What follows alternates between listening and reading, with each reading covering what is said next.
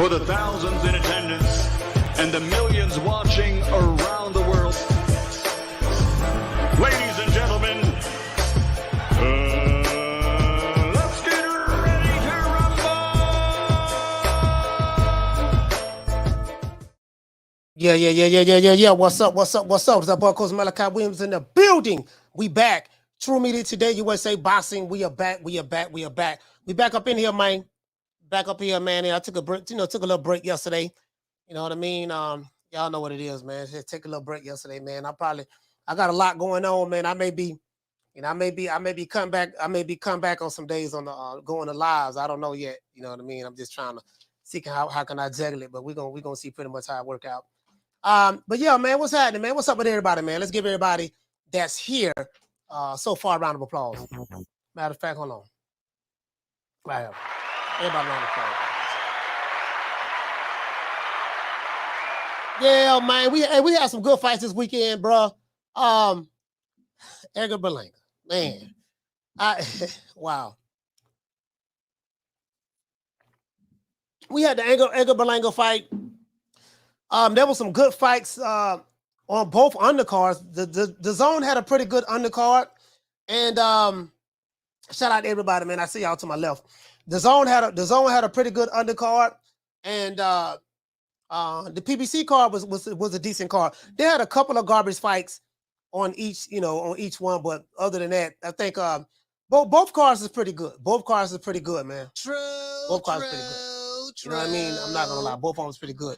Shout out to Jamario. Jamario, what's going on, fam? Knockdown 305 with the lick read. Knockdown 305 with the lick read. What's happening? Shout out to Yarmis. Lonnie from Chicago. What's going on, fam? PBC Central. What's going on? What's going on, bro? Big J, what's going on? Remy, what's going on, Remy? Yeah, man, let's get into the show. Let me go ahead and read my opening soliloquy. And, then we'll get into it. Now, I've been hearing a lot. As a matter of fact, hold on, let me get the super chat out the way. Shout out to my sister, Jackie Hernandez. Hey, okay. For dropping that quarter of a bam dub on your boy. Hey, Leroy. Super chat received. Playtime's over, boy. Shout out to you, sis. I appreciate it. Shout out to Jackie Hernandez for the super chat. Down from the bar, there's a platform stage. People pimping, sharp as razor blades. Yes, sir. It is what it is. What you say, Eric? You say, Coach, the streets is saying Canelo gonna fight both Charlos, then Spence. I'm pretty sure that came from, I don't know. I don't know what streets that is, but my question is, how do they know? I'm pretty sure this is coming from the same streets that says 60-40, 70-30, 80-20, take whatever we give you. This is coming from those streets, those guys.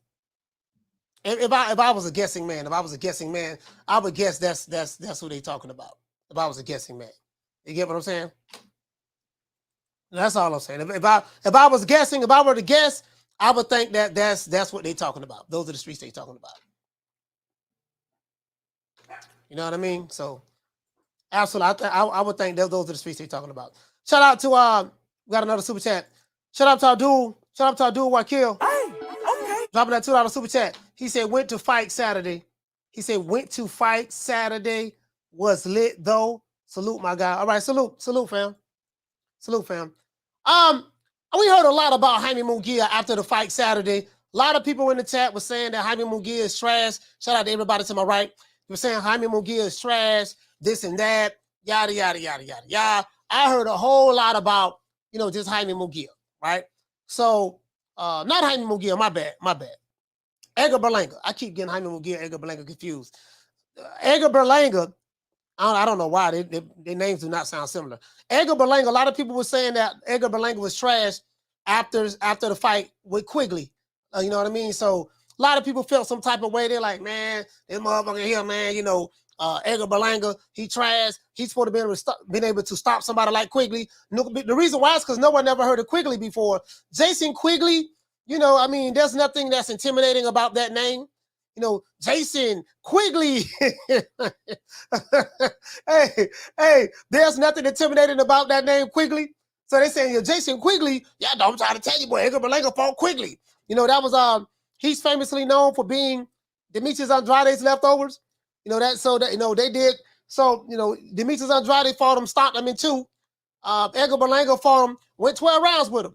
Now, Edgar Berlanga, he did drop him 3 times in the fight, dropped him twice in the 12th round. But the fact of the matter is, a lot of people are feeling some type of way about Edgar Berlanga. A lot of the Puerto Ricans in New York have called the show. They say they jumping ship. I was an honorary Puerto Rican Saturday.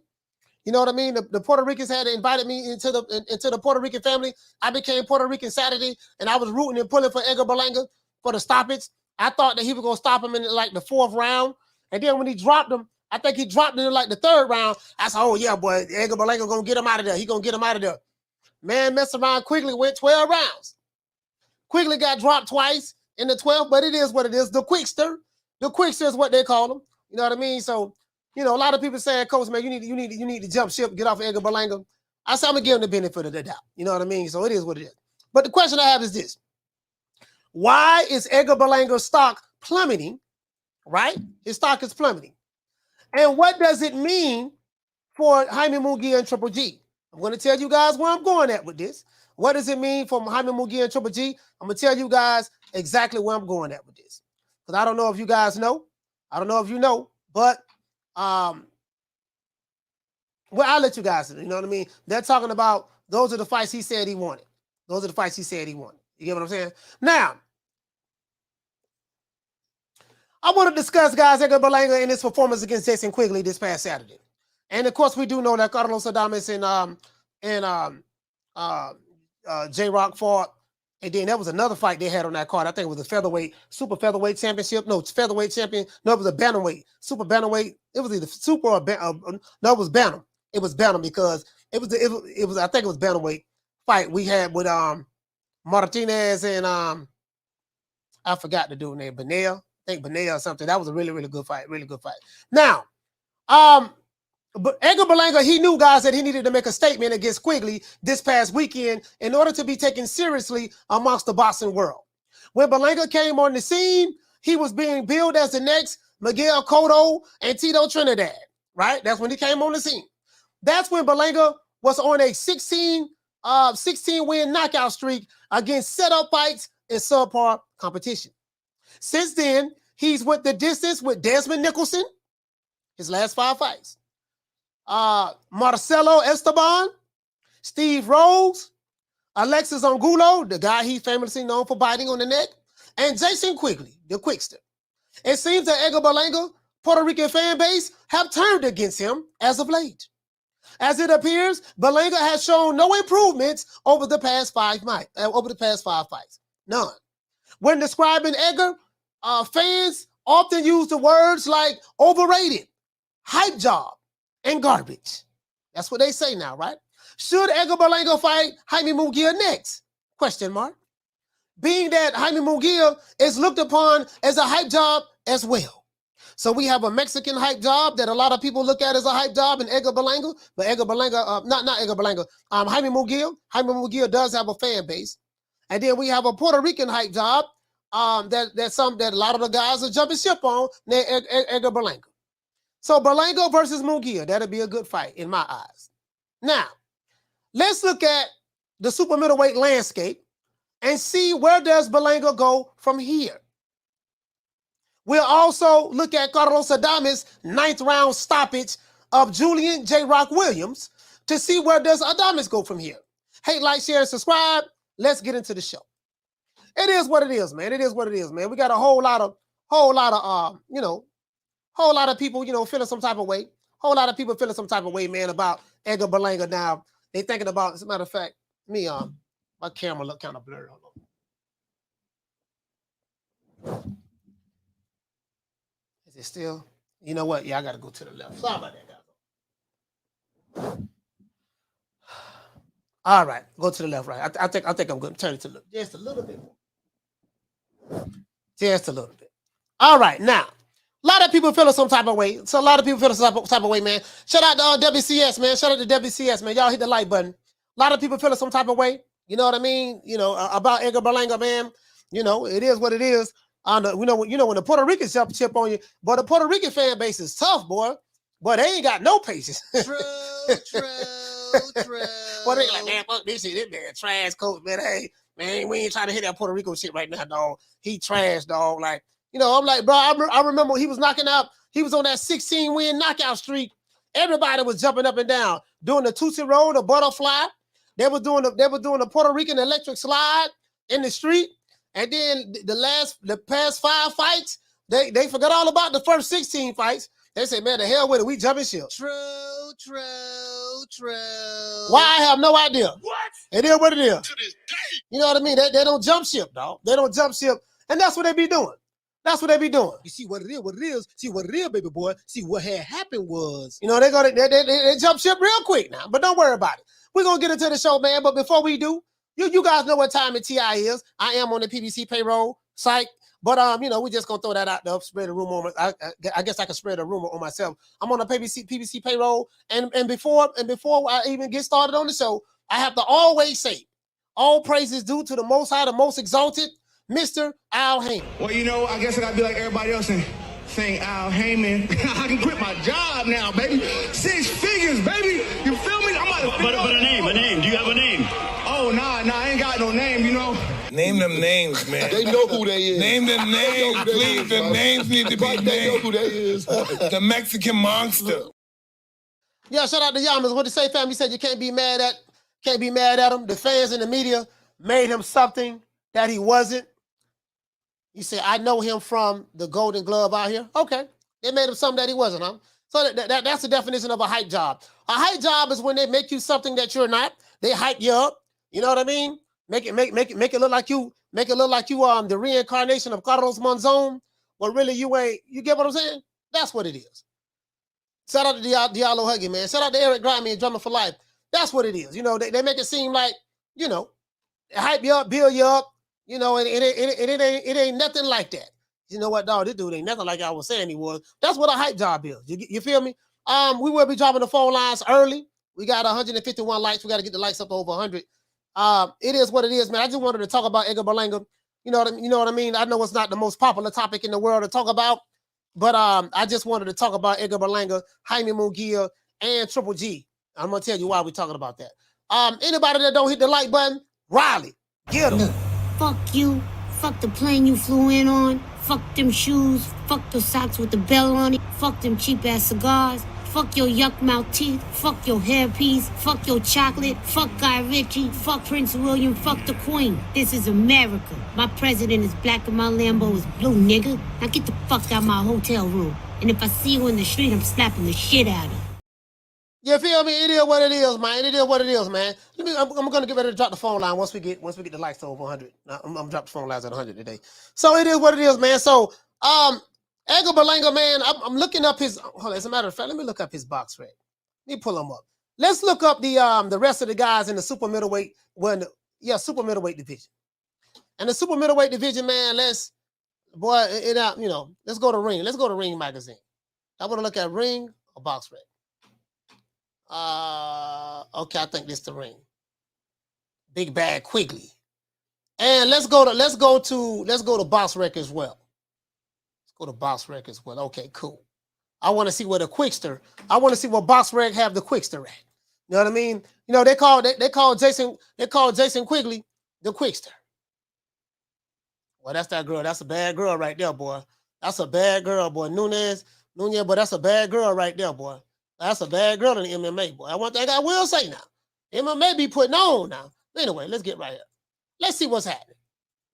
Let's see, as a matter of fact, let's see what the people saying about Edgar Berlanga.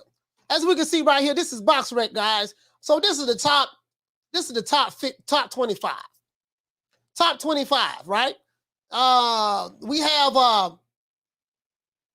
Benavidez is number 1 behind Canelo. Canelo was the number 1 guy. Of course, he has all of the belts. They got David Benavidez. They got John Ryder after Benavidez. Jaime Munguia is ranked number 4. Andrade number 5. Sergey Darentenko's number 6. This is Box Rec's top 25, guys. Christian Mabili, number 7. Caleb Plant. David Morrell. Vladimir Shishkin. So these are the top 10. And then when we go outside of the top 10, Leron Richards is 11. Edgar Berlanga is 12.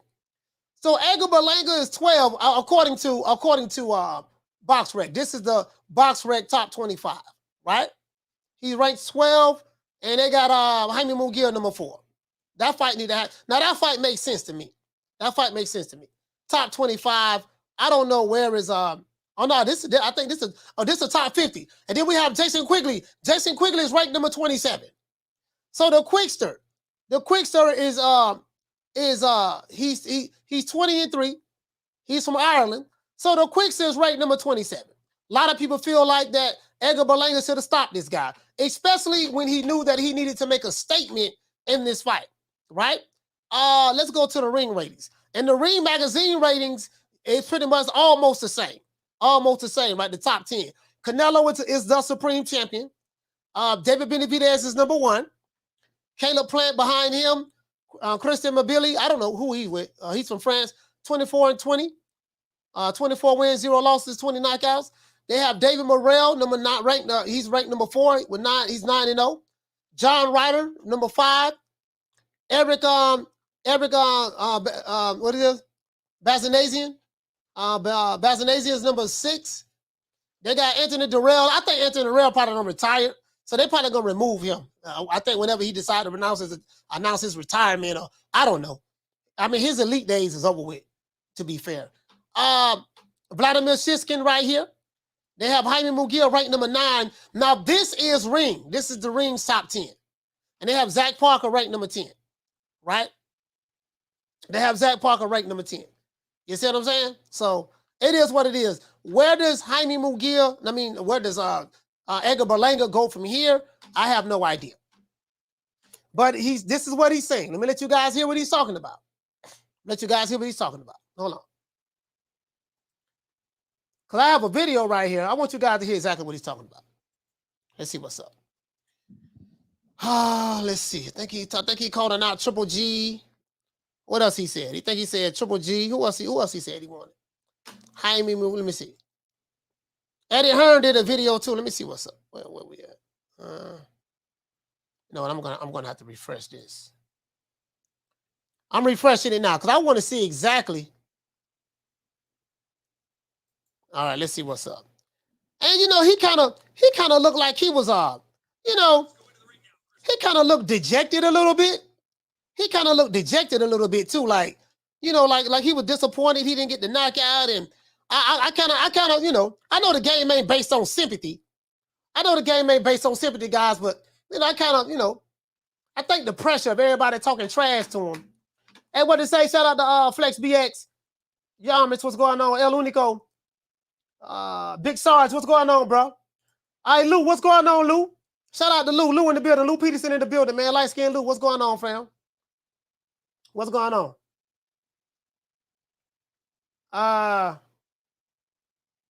What's going on? Shout out to Super Sardonic. You know what I mean? Let's see what's happening, man. Let's see what's going on. All right, cool. It is what it is, man. I don't know, man. I'm trying to sit back and see. I'm sitting there trying to read what everybody's saying in the chat. Bruce Gas, what's going on, bro? A lot of people feeling some type of way, man, about Edgar Berlanga. A lot of people feeling some type of way about him. He didn't knock the guy. You gotta knock out. You gotta knock out Quigley. hey, you gotta knock out the Quickster. Hey, you gotta knock out the Quickster though. If you want to be taken seriously, hey, you gotta knock out Quigley now. If you want to be taken seriously, that's all I'm saying. But it is what it is, man. You gotta the Quigley. If you are what they're saying you are, but he did say he's coming off an injury, and then he's coming off the famous bite incident. He bit the guy on the neck. So but let me let you guys hear exactly what he's talking about. I do not own the rights to this material. It's for education purposes only. You pick up your 21st professional win. You go the distance. You have a spectacular 12th round to seal the deal. What did you think of your performance? Let's go into the ring now, Chris Mannix. All right, Chris Mannix right Edgar, here. Congratulations. You pick up your 21st professional win. You go the distance. There we go. You have a spectacular 12th round to seal the deal. What did you think of your performance? I give it a C. I'm just grateful, and I want to thank my Lord and Savior for being here, man. So he said he give his grade a C. He felt like he had a C performance, and that's what he gave himself. He looked kind of, I kind of felt sorry for him, dog. I'm not gonna lie to you, fam. I kind of felt sorry for him. He looked like he was just very deflated, uninspired. I think the pressure of people like my brother Jaime Rivera, they talking trash about him, calling him a bum and this and that. I think that pressure kind of getting to him a little bit. You get what I'm saying? Sit your $5 ass down before I make change. That's for all y'all. That's for all y'all who want to jump ship. The stickiest of the icky. You want to smoke with the old boy Rick James? Y'all say I got my little mixing board right here, man. It is what it is, man. You just sit here, you don't know what I'm talking about. Y'all don't jump ship. Y'all don't jump ship, man, on Edgar Berlanga, man. All the Puerto Ricans let you down, dog. That's what they did, boy. Shut up. Before I bust a cap up in your ass. I'm highly disappointed. Let's go. Being healthy, it's a year layoff off a bicep injury, and I had to recover from that. I want my new coach, the guy that started me in the pros, Mark. So we had a great camp. Yeah. I'm just glad I did it once again in front of my hometown people. He sounded fans, all the people that didn't believe me. I love y'all still. We're here. Oh, what he said? I think a lot of people were expecting you. All the people who didn't believe in him. He said all the people that didn't believe in him, he still love you. So all the Puerto Ricans in New York, all y'all who jump ship, he said he still love y'all. He still love y'all. You know what I mean? So I kind of feel sorry for him. Man felt like the whole world is against him now. I don't know what it is. To blow through Jason Quigley in this fight, what made him so difficult? He knew I was coming to fight. Everybody that steps in the ring with me knows I got punching power and knows, they train to survive, to try to box, move around, use their jab, and try to kill me off points because they know I got the hammer. But, I take my head off to his team. I know they try to get with a great game plan for me. Every fighter that I face, at his level, they're going to try to run and move around, but I'm just grateful we got the victory, man, I ain't gonna lie, dog. He sound deflated, man. Man, he sound deflated. Is it just me? The man sound deflated, bro. Wait, what y'all did to him? Man, what y'all did to him, man? The man sound deflated, fam. Hey, listen, hey, Yamis, man, you can't be deleting people's comments because they say something. You can't be deleting people's comments, bro. You know what I mean? If he said Berlanga trash, you can't delete the man comments because he said that the Berlanga's trash. Hey, but you get what I'm saying? Hey, what did he say, JC? He said, nah, coach, he's phony. You get what I'm saying? And people, if that's the way y'all feel, so be it. He seemed like he kind of dejected, though. Seemed like he kind of dejected. What did he say, L. Harvey? You say Berlanga, you say I like Berlanga, man, but I believe he's reached his ceiling. I mean, a lot of people saying that. Shout out to Jackie Hernandez. What did he say, sis? You say I like this angle, coach. Yeah, I appreciate that, sis. I appreciate that. I have an ATM Mini Pro. As a matter of fact, let me show you guys. Let me show you guys what I got, what the old boy got. Let me show you guys what I got. So, because I have ring lights right here. As a matter of fact, hold on. Hold on, guys. Let me see what's up. Yeah, a lot of people feeling some type of way, man. A lot of people feeling some type of way, bro, about, and the man seemed like he was dejected. The man seemed like he was dejected, bro. Like, you get what I'm saying? I just want him to keep just keep fighting, getting better. It ain't like he 40. It ain't like he 42-0. 42-0 with 75 knockouts. It ain't like he 42-0 with 75 knockouts. Now, if he was 42-0 with 75 knockouts, I'd be like, God damn, dog. Now, come on, man. My nigga, you've been on this knockout streak for a minute now. You know what I mean? When you go fight somebody, hey, well, gonna be like, well, when you go fight somebody? You're begging me not to leave. Hey, you get what I'm saying? Hey, that's all I'm saying. Ain't nobody coming to see you, Otis. Like, hey, man, goddamn, dog. Like, listen, man, you don't want tomato can after tomato can after tomato can. I just got one question. When you gonna fight somebody? He told me, I ain't gonna, certain fighters, it is what it is, certain fighters. You know what I mean? But Yaman say he's still young. Yeah, but you need to tell that to the people in the chat who jump ship on him. You got a lot of people in New York, in your city, who jump ship on them, Yamas. And guess what? They have a right to feel that way. They have a right to feel that way. We did a fight party Saturday. There was a whole lot of people talking about they was done. Man, Edgar Berlanga trash, yo. I'm talking about, I'm talking about people born and raised. Jamie, when Jamie jumped ship on Jamie Rivera, when he jumped ship, you ought to know what time it is. Man, I'm done with this guy. Major Key Boxing, you know what I mean? I had the Puerto Rican committee call the show Saturday. Jamie called the show. Major Key called the show. Shit, I had the, you know what I mean? I had the entire Puerto Rican committee call the show, and they said they threw with him. For real, though. You get what I'm saying? Shut up! Before I bust a cap up in your ass. It is what it is. It is what it is. Shout out to Rafael Gutierrez. He said the tomato cans are getting hard to open because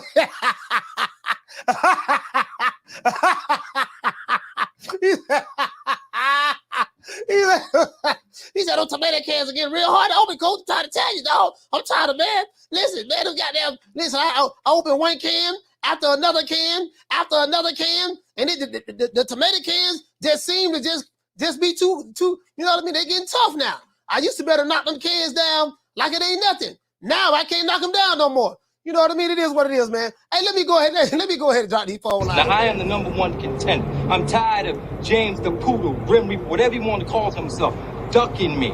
All right, I'm tired of man driving around town in 8 Rolls Royces. He ain't fought nobody. I'm still in a bro-hand.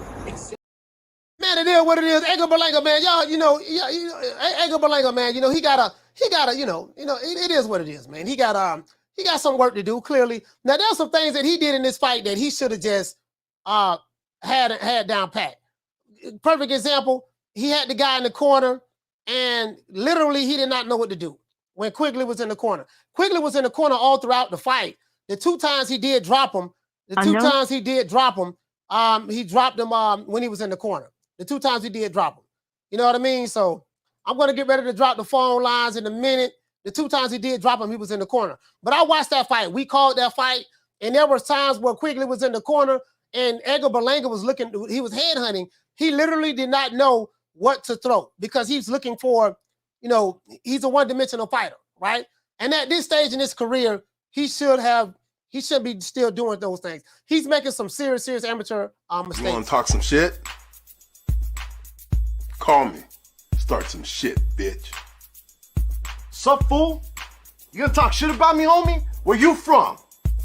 Hundreds of niggas is waiting for your motherfucking call, and they all talking shit about you right now. Call the coach at 530-494-9636. We waiting on your bitch ass. Sir, it is what it is, now, man. I am the #1 contender. I'm tired of James the Poodle, Grim Reaper, whatever you want to call himself, ducking me. All right, I'm tired of man driving around town in 8 Rolls Royces. He ain't fought nobody. I'm still in a bro-hand. We keep them goons on deck. If we gotta send them goons, we will send them goons. Gloria Day and the Set Trips. These niggas don't play. These niggas don't play. We don't play. You ain't heard, they be tripping. We be tripping. So they swerving on. We swerve on. No faking and no switching. And repping hard for the set. Oh, mamas, it ain't no lie. Because niggas gonna bust. Niggas gonna bust. Phone lines over, man. 530-494-9636. We ride no mamas. He said, we ride no mamas, huh? Shut up! Before I bust a cap up in your ass. It is what it is, man. The fuck?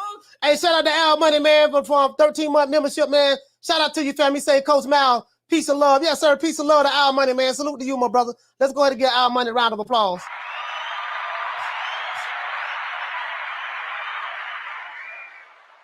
It is what it is, man. We gonna make it do what it do. Yes, sir, man. Let's go ahead and make it happen. Shut up. For real though. Now let's see what's going on. Let me let you guys finish here what he was saying. I was looking for a knockout. YouTube subscriber.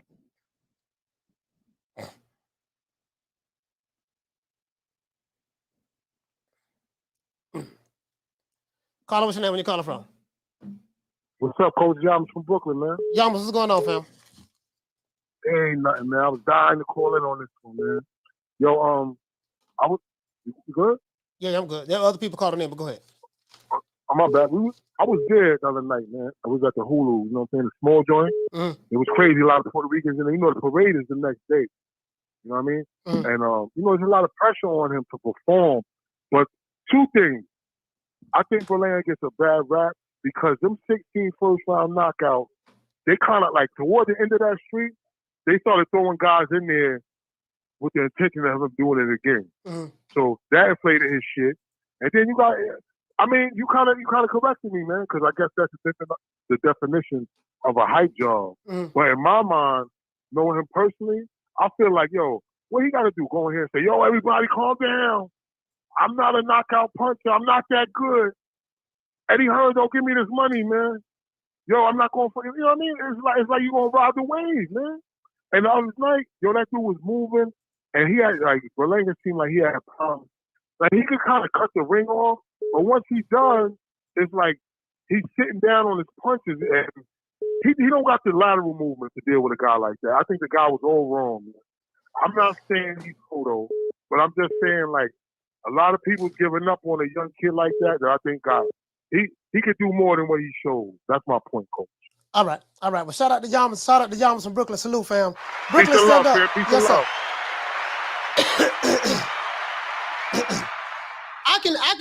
I can get him having issues with the lateral movement, but the thing is, when he had Quigley in the corner throughout that fight, because we called that fight, throughout that fight, he had Quigley in the corner quite a few times, and he was just there stuck, like he was like hesitant, had him in the corner, and Quigley sat in the corner for like a good 3-4 seconds, and he just sat there. He was trying to land the kill shot to the head instead of he did not know what to do.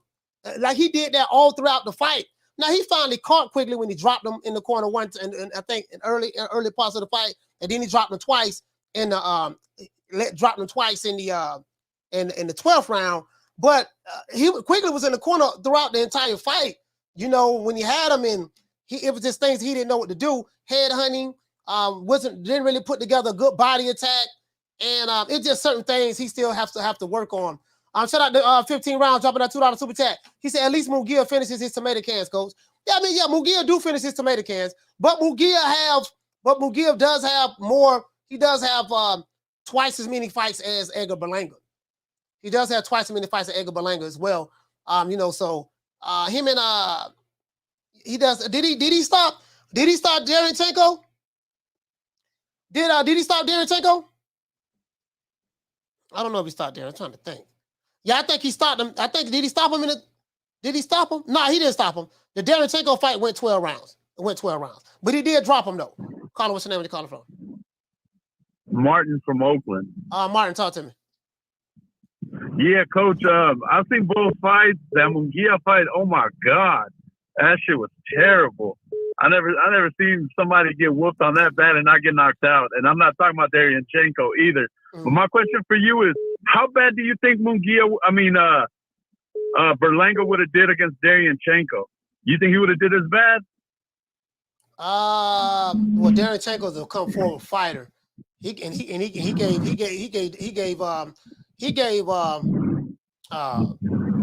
Munguia. He gave Munguia all he could handle. He gave all he can handle, and Derevyanchenko is old now. You know what? I think Derevyanchenko would have given Edgar Berlanga a lot of problems. If you ask me, I think it would give him a lot of problems. Too, yeah, for sure. All right, Coach. That's all I got. All right, man. Salute, man. Martin from Oakland. Salute. Yeah, I think he would have given Berlanga a lot of problems. Because once he slips those shots, he gonna pop off. This was your first fight back with Mark Farid, your original trainer. It did seem It's a Edgar Berlanga. lot of times during the fight that you guys weren't exactly on the same page. He was asking for things that you weren't necessarily doing in the ring. How did you see it?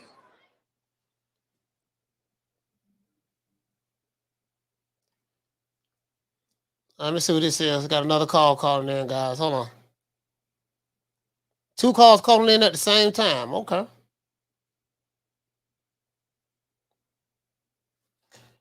All right, caller, what's your name? Where you calling from?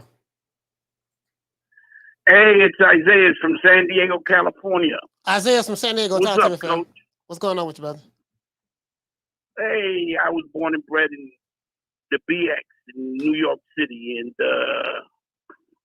you know, we're used to some real Puerto Rican fighters. We're used to Wilfredo Benitez, Hector Camacho, Wilfredo Gomez,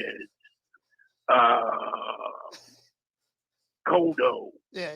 The list goes on and on. So when you get a perpetrator, he's evident. Yeah. You can see the fake, you know? His excuse is, he won't stay still so I can hit him. True. He got to stay still, man. You know, you got to stay still. If he just stay still and put his hands down and stick his chin out, then I can get him out of there. He don't want to cooperate. So if you got any kind of footwork, he's in trouble.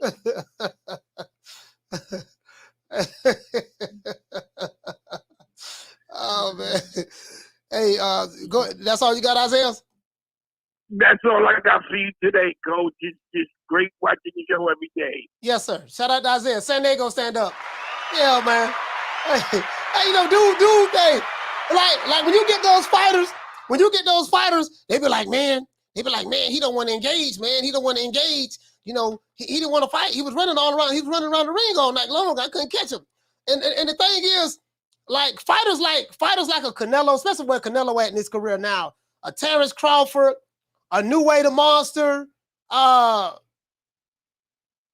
It's some fighters, they're really good at cutting that ring off. Nah, we gonna catch it. We gonna catch that wascally wabbit. Oh, you trying to run, huh? You don't want to fight because you felt my power, huh? I hit you in the jaw, huh? You felt that pain, huh? You know I'm gonna make it rain, huh? You want to dance all night, but I got somewhere to go, huh? I'll call her. What's your name? Where you calling from? It's Jerry, Coach, from B-More. Jerry from B-More. Talk to me, fam. What's his name? Berlanga versus Munguia. That's a fight to be made over there at the zone. 2 battles of the lifelong prospects. That's the fight to be made to see who's really about that.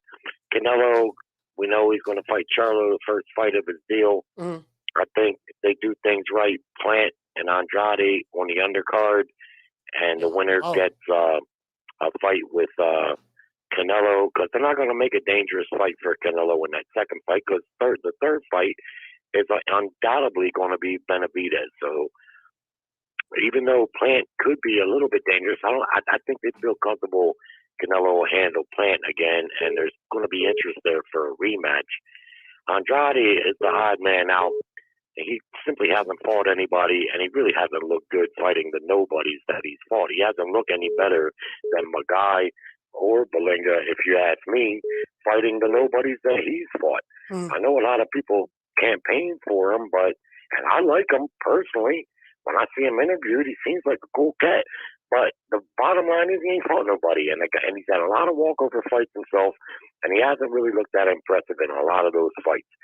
So, but to be fair, him and Plant match up, and that should be the second fight for Canelo, the winner of that fight, and the third fight surely going to be Benavidez. That's how I see things playing out. All right, shout out to Jerry for B-More. Salute, fam. Hey, hey, Ruben, hey, check this out. Now, Ruben Allen say, he said, I'm confused as a fan. When Boots couldn't do nothing against a runner, he looked bad. But Berlanga dropped Quigley. Well, he dropped him 3 times. He didn't drop him 4 times. He dropped Quigley 3 times, and he did what Boots couldn't do. You know what, Ruben? I totally agree with that now. Hold on now. Listen, I was the first one jumping down Boots' neck, jumping on his neck after he fought Karen. I don't know where you was at, but if you was over here, I was the first one clowning Boots because I called them pussy Boots because they were talking like he was the next coming of he was haggler mixed with a little bit of Sugar Ray, mixed with a little bit of the way they were bragging about Boots. He fought Karen. He didn't know how to cut the ring off. As a matter of fact, he couldn't even hurt Karen. He couldn't hurt him and he couldn't drop him. The man was able to run for 12 rounds. But so he got the same treatment from me. But depending on who the fan base is, a lot of the pro Boots fans, they haven't jumped ship on Boots. And those pro Boots fans are really, I think there are a lot of the Errol Spence fans who they was trying to throw Boots out there for Crawford and all as a smoke screen so he wouldn't have to fight Spence. Now that fight is happening. It is what it is. But they did the same thing, though. They did the exact same thing, bro. If you would have came over here, because see, this is my thing. When you go to bragging to me about a fighter and you go to comparing him to the greats, that's why I have a problem at. Stop comparing these young fighters to the greats when they haven't done what the greats have done yet. You won't know how great a fighter is when he's a young jitterbug. He got to get some more years under his belt. See how many of the top guys and champions he's fought. But they be comparing these dudes too fast. True. Let's see what Edgar Berlanga have to say before I drop the phone lines again. The best now, I feel like it's that time. I want the Munguias pedal early. You guys weren't exactly. Listen. But I'm just glad we're here once again, man. This was your first fight back with Mark Farid, your original trainer. It did seem a lot of times during the fight that you guys weren't exactly on the same page. He was asking for things that you weren't necessarily doing in the ring. How did you see it? So this Edgar Berlanga got back with his trainers. I don't know if you guys know, but he got back with his trainers. You get what I'm saying? So he got back with his he got back with his original trainer. And, Edgar Berlanga saying he was coming off a bicep injury. He gave himself a C+. He gave himself a C, for his performance this past Saturday. You get what I'm saying? So, but he's going to call out the guys right now. Hold on. Yeah, definitely right about that. I was supposed to step on the pedal early, and I was just leaning back, using my jab, trying to catch, the distance. But, we're just going back to the drawing board. I get back in the gym in a week, and I get ready for whatever's next. First fight for you in a multi-fight deal with Matchroom. What do you want to do next? So what do you want to do I next? want to fight the best now, I feel like it's that time. I want the Munguias, the Triple Gs, those type of guys, man. We're looking forward to fighting once again this year. So he said he want the Munguias. He said he want the Triple Gs. That's what he said he wanted. I want the Munguias and the Triple Gs. So Triple G about 40, 41 years old now or something of that sort. He wants Munguia. Now the Jaime Munguia fight makes the most sense to me. That fight right there, that'll be a big fight because you can play the Puerto Rico versus Mexico rivalry. Two young studs, Hispanic studs. You know what I mean? Jaime Munguia from Mexico. I think Edgar Berlanga. I don't know if he's from Puerto Rico. Is he from Puerto Rico? Shout out to Mo Easy. What's going on, sis? I don't know if he's from Puerto Rico or is he just born in New York? You get what I'm saying? So you can play that. Now you can't compare him. You can't build it up like yeah. I mean you can you can play off that. You can. I tell you what. If they hire me to do the press conference, I can promise you, boy, I can get it cracking. Hopefully we got a big fight. I think a lot of people would love to see you in with Jaime Munguia. Do you believe that you're ready for that type of fight next? Oh, of course. This is we just scraped the rust off, I knew what it was going to be like, shaking the rust off, getting back with him, getting that killer mentality back. Okay. Like I said, I'm just glad I got the victory. I know he wasn't going to come to fight. I said it from from when we had the fighters meeting, I said it's going to be a difficult fight. He's going to try to survive. All these guys is going to try to survive. I feel like I'm going to get to that top level with the Munguias and these guys where they're going to try to knock me out, just like I'm going to try to knock them out, but... So that's what he was saying. From a stylistic standpoint, he wants to fight the Munguias because he said they're going to come forward and try to knock him out, and he's going to try to knock them out. So he's admitting now that, hey, guys with lateral movement, footwork, I'm going to have difficult time with them. From a stylistic standpoint, I need to be able to fight fighters who can only fight who will fight on the front foot and come forward. That style is more stylistically tailor-made for me versus someone who can punch and have the footwork and stuff like that. Now Quigley didn't have any punching power, but I get what he's trying to say. It's happy we got the victory once again home. I want to thank all my fans, my supporters. I love you guys. You know, that last round is how we're gonna start every fight the first round from now on. You know, shout out to my trainer Mark Wright. Okay. You know, and I want to thank my Lord and Savior, you know, Jesus Christ, for getting me to this level once again. You know. Okay, he thanked his Lord and Savior Jesus Christ. It was a beautiful thing. He didn't thank Al Heyman. He thanked Al Heyman. Now I ain't gonna say no names, but we do know some companies, some promotional companies or networks, some networks. You do have to thank them before you thank God. So Jesus, Allah, Moses, Abraham, Muhammad. We know how it is. You know, over here, according to the contract that I have, you know, I do have to thank Al Heyman. That's a part of the contract. So it is what it is. They say ain't gonna give it no media credentials, and that's fine. I ain't got no problem with that. You know, they can do what they want to do with their company. I'm not mad at that at all. But according to the contract that I signed, it doesn't come with any knee pads. Don't come with KY jelly. Don't come with baby oil or cocoa butter or Vaseline. It only comes with I have to thank Al Heyman, and I try to do my best every day. You know, really though. You get what I'm saying? True. We don't have that Ellie setback contract. We do not have that Ellie setback contract. I can guarantee you that. I can promise you we don't have that contract. No, sir. Now, let's finish here what he got to say. He opened a lot of doors for me, and I want to thank my coach, Mark Wright, you know, and Ace of Beard. You know, we've been working, man, you know, trying to get that killer instinct back. We got it back. You know, as you can see, we leaving off that 12th round. We're going to fight like that every other fight. You know, I just had to shake that rust off. You know, I knew Quigley was going to come in there and survive. Okay. You know, move around and just try to survive. You know, he thought that I was studying the Andre, you know, Boo-Boo fight. But that wasn't the case. I know he's a great fighter. I know he's going to come in there and try to survive. You know? Okay, so Edgar Berlanga just basically saying, you know, the guy tried to come in there and survive. He said that Quickster, he said, oh, Quigley tried to survive. He didn't want no wallow. He didn't want no smoke. Quigley came in and, you know, but I'm saying, Jaime Munguia, what's the main man name? Demetrius Andrade was able to knock him out though. Demetrius Andrade was able to knock Quigley out in 2 rounds. So, you know, if Demetrius Andrade was able to knock out a guy that he said that didn't come to fight but trying to survive was running, I mean, some people feel that Jaime Munguia should have been able to do the same thing. So, you know, so this is the same fighter that Demetrius Andrade fought now, and you know, and Andrade stopped him. So that's what a lot of people was expecting out of Berlanga. And the thing is I was expecting it as well. I picked him to knock out Quigley in the 4th or 5th round. I just felt that, hey man, Quigley is he's an okay fighter, but you know, Edgar Berlanga, you know, he still he was still doing the same stuff. It was like, bro, like not working behind the jab, not using the feints to set his shots up. It was obvious what he was trying to do. I'm gonna try to land his right hand on his head one good time.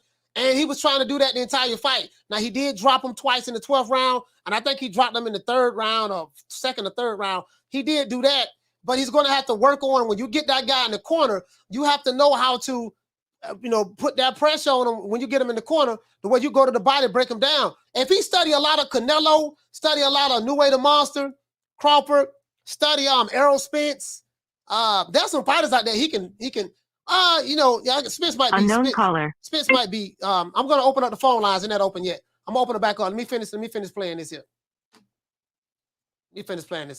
Hold on. Finish this up. Hold on, guys. That was his game plan. Move around, use the jab, and try to score points. Edgar, congratulations. Eddie, we're gonna turn to you quickly. What's next for this man? I think your favorite fight in boxing, Jaime Munguia, Edgar Berlanga, is a great fight. Puerto Rico against Mexico. That was important tonight. Over a year out of the ring. Now, what did I say? You heard what he said? He said He said Jaime Munguia should be the next fight. He said, what he said? Puerto Rico versus Mexico. Now you guys know that. That's all I've been talking about. That's all I've been talking about. Puerto Rico versus Mexico. That's all you've been hearing over here. Man, coach, man, you tripping, man. You tripping. No, I'm not tripping. I know what I'm talking about, bro. What's next for this man? I think your favorite fight in boxing, Jaime Munguia, Edgar Berlanga, is a great fight. Puerto Rico against Mexico. That was important tonight. Over a year out of the ring. I think in the last quarter of the fight, he was, you know, his output was low. I think his training team know that. As soon as he stepped on the gas in the 12th, he hurt Quigley every time. By the way, I thought Jason Quigley boxed out of his skin tonight. Okay. I thought he was very, very good. That's going to be good 12 rounds for Edgar Berlanga. I think if he would have slid through him in the 2nd or 3rd round when he got the knockdown, I don't think he would have been ready to progress after that long out of the ring. So Gennady Golovkin, Jaime Munguia, John Ryder, Billy Joe Saunders, these are the fights this guy's going to be in. There's an incredible atmosphere tonight. Okay, so his promoter, his Eddie Hearn, they're saying, they saying what I've been saying. I say, look, man, that Puerto Rico versus that. Listen, Puerto Rico. Listen, and this one, I'm saying this from a marketing standpoint, guys, because boxing is marketing as well. When they gotta hype the guy up, Puerto Rico and Mexico always gonna sell. Listen, Puerto Rico versus Mexico and vice versa. That fight is always going to sell. Now, I ain't saying it's gonna break pay-per-view numbers, and I ain't saying all of that. I'm just saying though, just the lure of Puerto Rico versus Mexico. Two young fighters. I think both of them are around the same age or something. You can angle it that way. And then you can, because they're gonna bring up. They're gonna bring up the legends. They're gonna bring up the legends. You get what I'm saying? The fights of old and the great Puerto Rico versus you know what I mean? They're gonna bring the legends up. That's what they're gonna do. I mean, they shouldn't, but that's what they're gonna do. That's how they're gonna angle it. That's what I would do anyways. Carter, what's your name? Where you calling from? Jamie from New York. Jamie from New York. Talk to me. What's happening, Coach? What's going on, fam? Coach, man, nothing, bro. Just at work. Coach, I'm the new president of the Puerto Rican Boxing Committee in New York City. So, yeah. Listen, man, listen, Coach, I know Berlanga is a prospect. I don't want to be hard on the kid, but, I mean, he's been boxing for a while now. He ain't it, man. He ain't got it, bro. I don't know how much more he can learn. You know what I'm saying? Yeah. I mean, at this point in his career, man, he ain't it, bro. And I'll be honest with you, man. He's like Munguia, bro. Munguia will beat the living crap out of him. That's how I feel. You know what I'm saying? But he needs to watch films of Felix Trinidad so he can learn how to cut off the ring, maybe, because he wasn't doing much, man, that night. And Coach, we got Shakur, man. We good. Puerto Rico, we're good, bro. We got Shakur now. So we don't need Berlanga, bro. He's a fraud. Yeah. Shakur, and that's all I got, man. Shakur, the real deal. Yeah, go ahead. Yeah, I heard. I know. He's not. I found out he's Puerto Rican now, so I'm riding with him now. So Berlanga, I'm done with him, bro. All right, Coach. That's all I got, baby. All right, shout out to Jamie from New York. Hey, you know what though? Listen, that fight makes sense, bro. That fight makes sense. That fight makes sense, fam. It just makes sense because when you look at it from a historical standpoint, and you look at a lot of the rivalries, you know what I mean? Just a lot of the rivalries of the past. You get what I'm saying? Puerto Rico versus Mexico, and that's what I'm looking at. That's how you're gonna. I mean, for me, that's the only way to play it. Now, Munguia and Berlanga, they don't measure up to the legends, to the Salvador Sanchez's, the Rafael Gomez's, Wilfred Benitez's, and the Juan Manuel Marquez and Julio Cesar Chavez. They don't measure up to any of those guys. So you could throw that out of the window. You could throw that out of the window. You could throw that out of the window. Some of the great rivalries of the past, when Mexican fighters and Puerto Rican fighters fought each other. But just saying that Puerto Rico versus Mexico, that right there is a familiarity that rings with a lot of the fans. That's all I'm saying. You get what I'm saying? So, does Edgar Berlanga have a lot that he has to work on? Absolutely. He has a lot that he has to work on as a fighter. I don't think no one would deny that. It is what it is. It is what it is. But Quigley was hitting him with some shots as well. Quigley just ain't had no punching power, but Quigley was catching him with some good shots. Edgar Berlanga, he has a tendency to like stalk. He have his hands out like this, and it's obvious he's looking to try to load up and land on a shot, and land up on a. You get what I'm saying? It's obvious he's looking to do that, and you can't, you know, on the elite level, you have to kind of disguise what you want to do, how you want to do it. Like a Canelo, the way Canelo does it when he fights front foot dominant, you know, he'll rock side to side, high guard. When you see Canelo, when you see any fighter in a high guard, that's on that level. But when you see like a fighter like Canelo that's in the high guard and he's looking to, you know, pretty much, you know, I like to call you press you out, but he's stalking you and he's looking, you know, he's setting that trap up. I call it the trap counter game, where he wants you to open up because they have these drills, they have these boxing drills that they work on. As soon as you throw, you know, we parry, we catch, we block, whether it's forearm, where you block, you can block it with the fist, you can parry, you know what I mean? You can deflect, block with the shoulder, and then explode with your offense. You trying to get them to throw that one punch so you can slip and bap, you know, try to catch them. They work on those shots. They work on those shots all the time. And you got to have hand-eye coordination. You got to be able to see those shots, you know, when they come in, so you can slip, parry, catch, shoot, whatever. You get what I'm saying? So those are things that Edgar Berlanga doesn't have in his arsenal. He doesn't have those punches in his arsenal.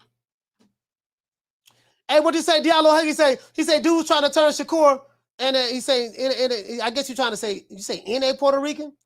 Even though this man is from a black family and raised by black culture, they just ignore Super Del Matias. But I think what you failing to realize, Diallo Ugly, Shakur Stevenson been coming to the ring with the Puerto Rican flag. He said he Puerto Rican. True. That's what Shakur's saying.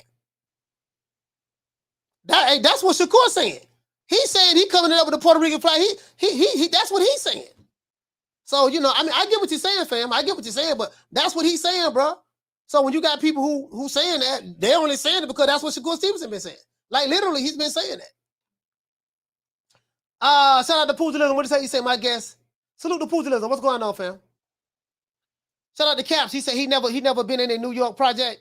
Okay. Never been in a New York project, huh? Shout out to $1 Trillion Dreams. Hey, okay. Dropping that quarter of a bam, dub on your boy. Hey, Leroy. Super chat received. Playtime's over, boy. What did it say, fam? You say, damn shame, Boo Boo can't get no smoke. I think he'll smoke Munguia and Berlanga easily. Now, you know what, though, $1 Trillion Dreams? Boo Boo, Demetrius Andrade, he's with the PBC. So now that he's with the PBC, he should be able to get some smoke easily. Damn, that rhymes. Now that he's with the PBC, Demetrius Andrade shouldn't have no problem getting no smoke. He's on the side of the street that everybody said he needed to be on them to get the fights, so he shouldn't have no more issues. Down from the bar, there's a platform stage. People pimping, sharp as razor blades. You get what I'm saying? You get what I'm saying? That's what you know. That's what it is. Now that Andrade is over there, it shouldn't be. Listen, he shouldn't have no reasons why he can't get any of those fights that we're talking about. No. He should better get all those fights. Caller, what's your name? Where you calling from? What's going on, Coach? It's Coach Eddie from ATL. What's happening with you? Coach Eddie from ATL. Talk to me, brother. Hey, man, I like the camera set up, man. It got you spanning 360 or 270 degrees. It look good, brother. Yeah, I appreciate that, man. I appreciate that.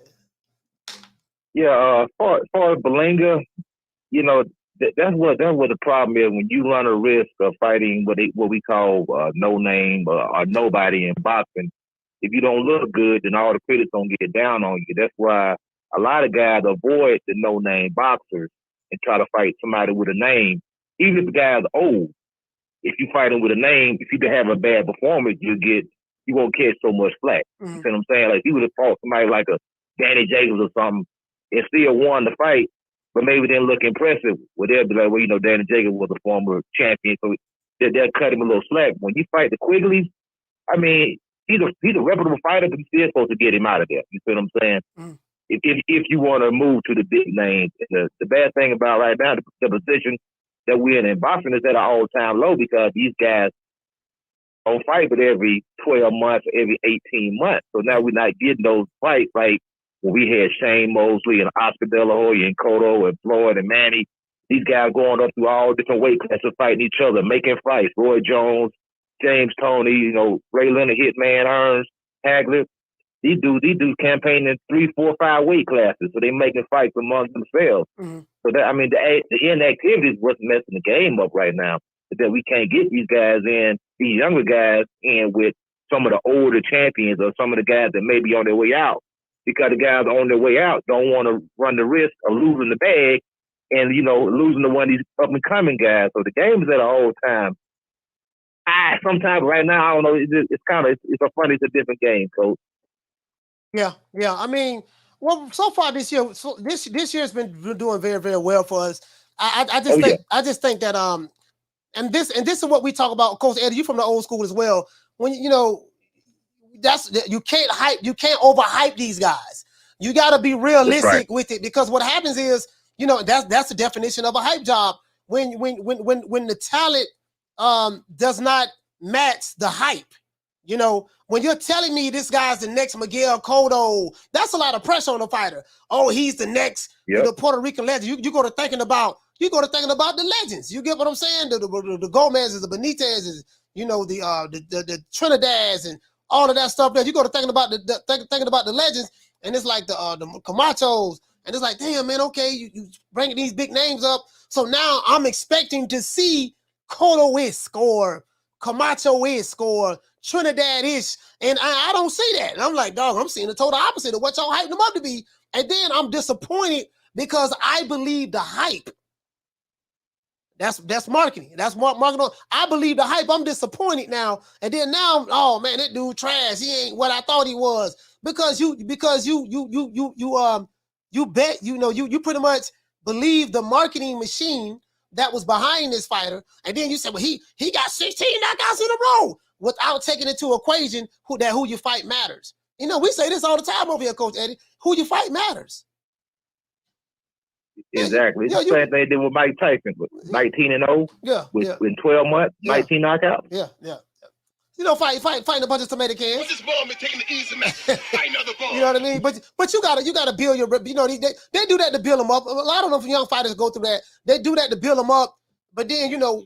But if that talent is what you say it is, coming out the gate, so he got some things defensively. He got some things he need to work on. You know what? I ain't gonna lie, man. I think if he fight Jaime Munguia, I might be leaning towards Jaime Munguia right now. Oh yeah, I believe Munguia get him because Munguia throws a lot of punches. Jaime throws a lot of punches. Yeah, and he's a very active fighter. He got a good chin, and he can punch a little bit. Yeah. And I think he'd be favored to win that fight, in my opinion. You know, just a little bit. I might be leaning towards him a little bit. You know what I mean? I think I might be leaning towards him a little bit. But Coach Eddie, ATL, thank you for calling the show, my brother. Salute. Shout out to ATL, man. Yeah. Hey, I'm kind of, hey, okay, I don't know, boy. I'm like, boy, this dude right here, boy, I'm trying to tell you, I got me old can. And that's what happened. That's why I said you can't be telling these dudes. Stop hyping them up. Stop telling everybody this dude is, he the next such and such. Just let it unfold and play out. And another thing, too, if you tell me that this fighter is the next whole head cheese sandwich, the next pork chop Willie, the next show that big nuts, guess what? I expect to see him fighting other whole head cheese sandwiches. I said time and time again, if you tell me this guy's King Kong, I want to see him. I want to see him in there with God. I want to see him in there with Godzilla. You get what I'm saying? I'm still going. I'm not gonna jump ship on Edgar Berlanga as of yet. I'm not gonna jump ship on him, guys. I'm gonna give him another 2. I'm gonna give him another 2 more fights to see what's up. I'm gonna back off Jaime Munguia too, even though Jaime Munguia 45-0, 87 knockouts. I'm gonna back off of him too. I'm gonna see what now. I ain't gonna lie, bro. Listen, Jaime Munguia, what, 42-0, 43-0? Man, boy, this man be eating the finest of the cherries, boy. This ball man taking the easy matches. Fight another ball. Boy, I don't know what. Bro, listen, they must got a can factory over there in Mexico somewhere. I don't know how in the hell Jaime Munguia. I'm like, what he finding all these tomato cans from? Like, God damn, he 40. Now Jaime Munguia have fought some good people. He fought like three, 4 good people, you know. But I'm just saying that the 3, 4, maybe 5 for argument's sake. If you twist my arm, I can if you twist my arm, I can't even give you 5. Yeah, if you twist my arm, I can probably say 5. But he what, 44-0? 75 knockouts? So I just kind of like a little bit more that I see from Jaime Munguia from a skill set standpoint. I think his skills is a little bit more seasoned than Edgar Berlanga. Even though Edgar Berlanga does have punching power. He does have punching power. I just think that Jaime Munguia's skills I'm just saying for me, is a little bit more seasoned than Edgar Berlanga's skill set. You get what I'm saying? True. It is what it is, man. As a matter of fact, let me show y'all my setup. So I have a multi-view camera. I have a multi-view monitor right here. As a matter of fact, hold on, guys. Hold on, guys.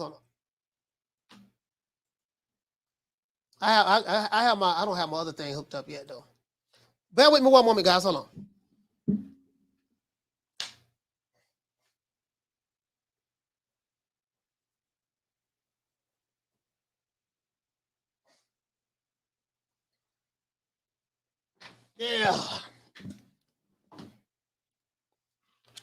Yeah, man. So I think, as a matter of fact, got my headboards on. I think that now that the hype is gone, I don't have a whole lot of high expectations for Edgar Berlanga like that. I'm not gonna now the hype is gone from Edgar Berlanga and Munguia. But I do think that I will be very intrigued in that fight. If they put together, you know what? If they put together a good undercard for that fight, if Oscar De La Hoya and Eddie Hearn put together a good undercard, that fight may be a pay-per-view fight. Now, you know what? Nah, that ain't no pay-per-view. Nah, I take that back. Yeah, I'm tripping. Hey, I'm tripping. Pay-per-view fight. No, I know, but I take that back. No, Jaime Munguia, that Edgar Berlanga, that ain't no pay-per-view. That ain't no pay-per-view. Now, it depends. It depends on if you can get the Mexicans riled up though. If you can get the Mexicans riled up, because the Mexicans coming out, they gonna represent. But the problem is, it seems like the Puerto Rican fan base is jumping ship on Jaime Munguia. I mean, not Jaime Munguia, Edgar Berlanga. What we need the Puerto Ricans to come back home. We need the Puerto Rican family to come back home and just ride with Berlanga. We need y'all to come back home. Caller, what's the name of the caller from? It's coming from DC, Coach. Coming from DC, talk to me, fam. Coach, I agree with you 100%. And I'm gonna tell you, I think that if Quigley had some punching power, I don't know if that fight would have turned out the way it did, man, because Berlanga was missing. To me, he was, he had no defense, and his last 2 fights were unimpressive to me. I don't see him getting better. I don't see the things that make me think that he's, like he was saying, what he's hyped up to be. To me, man, I don't think, man, I'm gonna tell you, man, I think he's reading his press clippings and thinking that he's all of it in a bag of chips, man. And he got a lot of work to do, man. A lot of work to do, man. Because that dude, if he had any kind of power, man, he probably would have knocked Berlanga out, man. If you ask me. Yeah, thanks, Coach. Yeah. Defensively, man, he do have a lot of things he has to work on. So I didn't like. You know what? In order, like the elite fighters, a lot of the elite fighters, Kermit, they do have an elite jab. They established the jab very early on because everything works off that jab.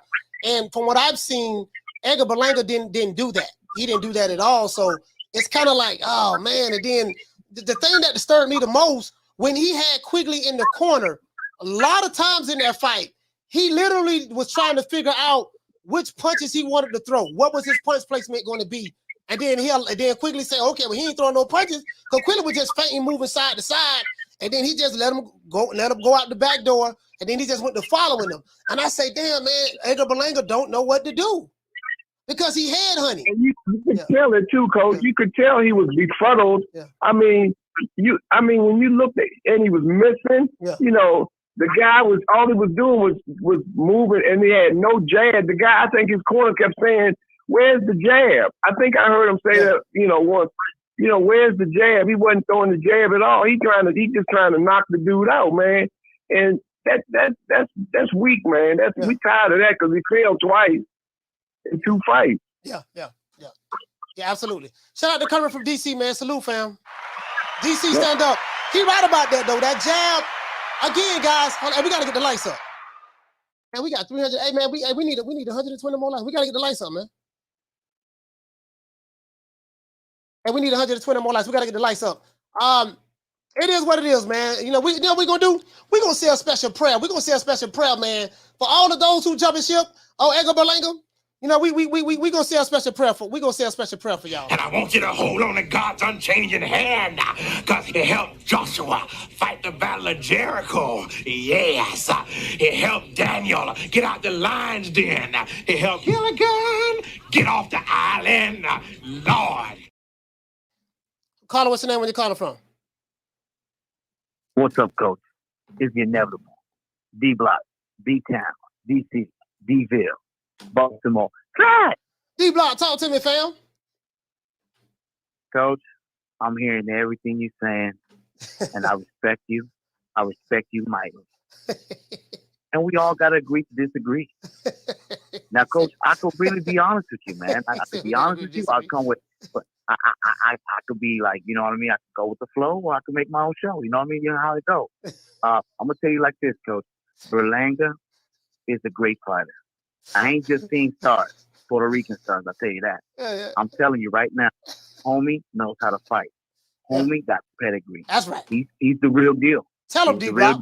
Tell him, D-Block. He got the Puerto Rican flag behind him. That's right. He got New York behind him. He got the New York base behind him. I mean, he got Puerto Rico right now dancing behind him. I mean, you got Tito Trinidad going to come out in the parade once he wins his real championship. I mean, we got Cotto. Cotto's been saying, I like Berlanga. I mean, shit, we got to understand. Can we stop? Well, you know what? Get the hate. Berlanga, you know what? Get the hate. You're going to get the same hate they gave Canelo. And that's good with me. Right. Because at the end of the day, you're going to be a real champion. So, you know, all these, I'm bored. My youngin' Coach, like they see in Baltimore, you know, like they do what they do in Baltimore, which I hate when they say that. Yeah. Do. I mean, man, come on, man. This ain't no Mountain Dew. Berlanga, Coach, is the great coming of Puerto Rico. You got it. Why can't y'all see that? I tell you this sometimes, Coach. You got with me and you, man. We got to meet up and drink some coffee, and you know maybe you share a little bit of that Al Heyman money underneath the table. You know what I mean? I break bread with you. Know Al Heyman is taking care of the old boy. I break bread with you. I shoot you a couple of dollars. Now. I appreciate that, Coach, because I'm gonna bring a couple of dollars from my side too. It's West Side all day, Coach. You know how it is. D-Block. You know how it is. Up. You know, I'll bring you some good credit, Coach. I mean, I come with my block, and you know who we are, Coach. We don't play. We ain't got no game. You know what I mean? We make the show. We break the bread. We got to do it, Coach. Okay, especially against PBC. My bad, Coach. They're giving you money too, but I'm gonna try to lure you back. I'm gonna try to lure you back out the cave, Coach, and see the light. Okay, which is Berlanga. D-Block, D-Town, D.C. D-Ville. D-Block. Hey, I'm just saying, man. Oh, D-Block. Hey. D-Block. Hey, you know what I mean? I'm trying to think, bro. Like, do you guys think that is it too early to make that fight right now between Edgar Berlanga and we heard Eddie Hearn say that Edgar Berlanga and Triple G, that's a fight that, you know, they're looking to make. But you think he's too early? Let me show you guys my setup. I'm showing you guys my setup. This, listen, if they ain't doing it like this, they ain't doing it. And this ain't nothing. Check this out. So this is my multi-view monitor right here. So what I'm gonna do, I'm gonna have a camera right here, a camera right there, and a camera right there. I'm gonna have 4 cameras, and it's gonna constantly be switching angles, right? Of course, that's a monitor I have right there. That's the ring light you guys see right there. That's the other monitor I have right here. So I have a monitor to my left, a monitor to my, and 2 monitors to my right. This is the multi-view monitor, right? Of course, that's the webcam. That's the webcam right here that I have. Webcam right there. See the lights right here. Bam. And this is my ATM Mini. Now, ATM Mini allows you to be able to switch different camera angles, and it'll switch the camera angles automatically on its own.